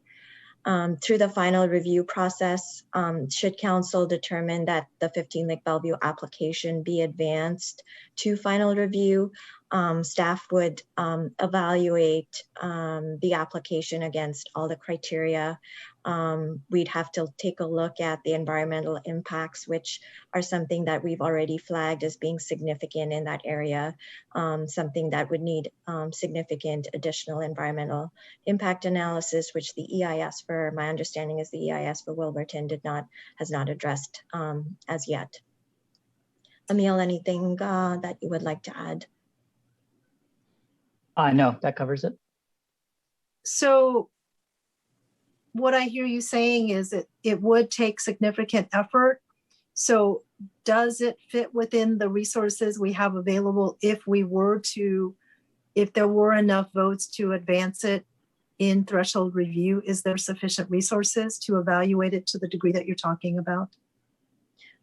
Staff's initial analysis evaluation of the threshold review criteria, one of which is, do we have adequate resources to evaluate it, was that we do not have adequate resources to evaluate it just on its own, because it's something that would have significant impacts that should be part of the larger Wilburton area sub-area planning process.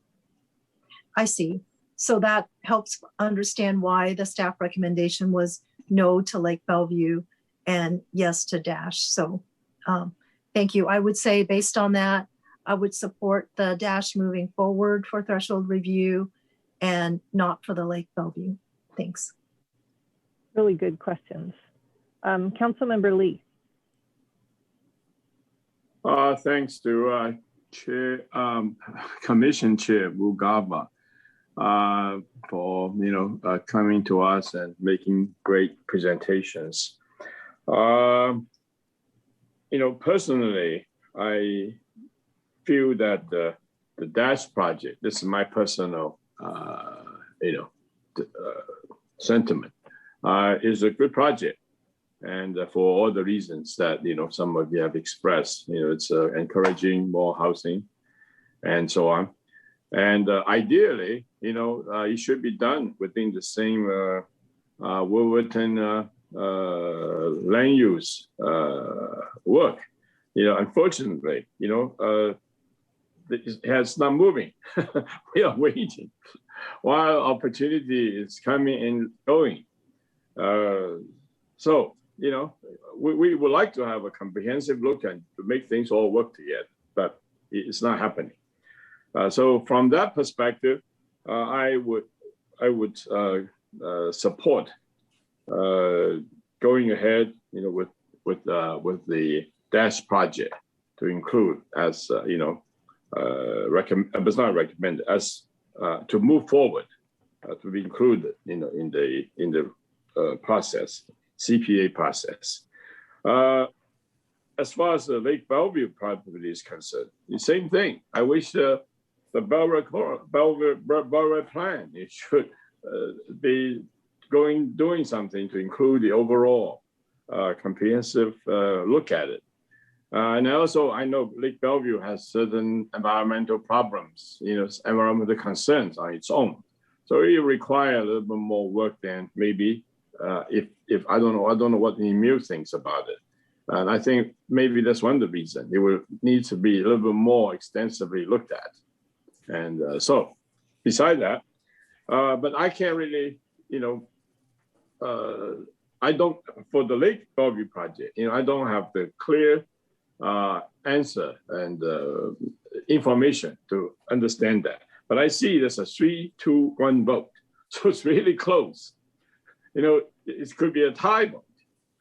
So I really like to, if we move forward, whatever we do, I would like to know what are the reasons, what are the conversation between the commissioners, why the 3 support, why the 2 object, and why is 1 abstention.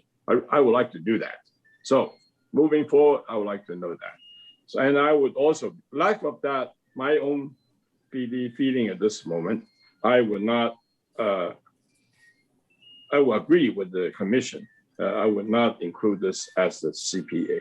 So I would go along with Dash being put in, but not Lake Bellevue. But I would really like to understand, especially Lake Bellevue, what are the rational reasons, so that when we come back again or whenever, I have a better information to make my decision. Can we do this offline? Can we get Councilmember Lee that information outside of the meeting, please? Yes, we can. Okay. Okay, so the Glendale Dash is easy. I think that should be included in this plan. The Lake Bellevue, I see it as this tremendous opportunity. I feel like the development that has happened there could be improved upon and environmentally as well. But it's such an environmentally sensitive little kettle lake. I think that's going to take some special work. And I don't think that moving it through this process is the way to get there. But I do look forward to reimagining what the area around Lake Bellevue and that hospital station can look like, or the Wilburton station. So I'm excited for the future of that conversation. It seems like there is somewhat, well, there's a majority of people that support advancing the Glendale Dash project application, so, but not the Lake Bellevue. So is there a motion, please? I move to adopt the 2021 annual CPA work program, which includes Dash Glendale for privately initiated proposals. Second. All those in favor say aye. Aye. Aye. Any opposed? Okay. All right. I think we are done. And council members, we are going to rejoin here. It is 9:40. I'll give us a 5-minute break let's get back together at 9:45. Please go to your calendars to find the link so that you can rejoin us for a closed session. Okay, council meeting adjourned.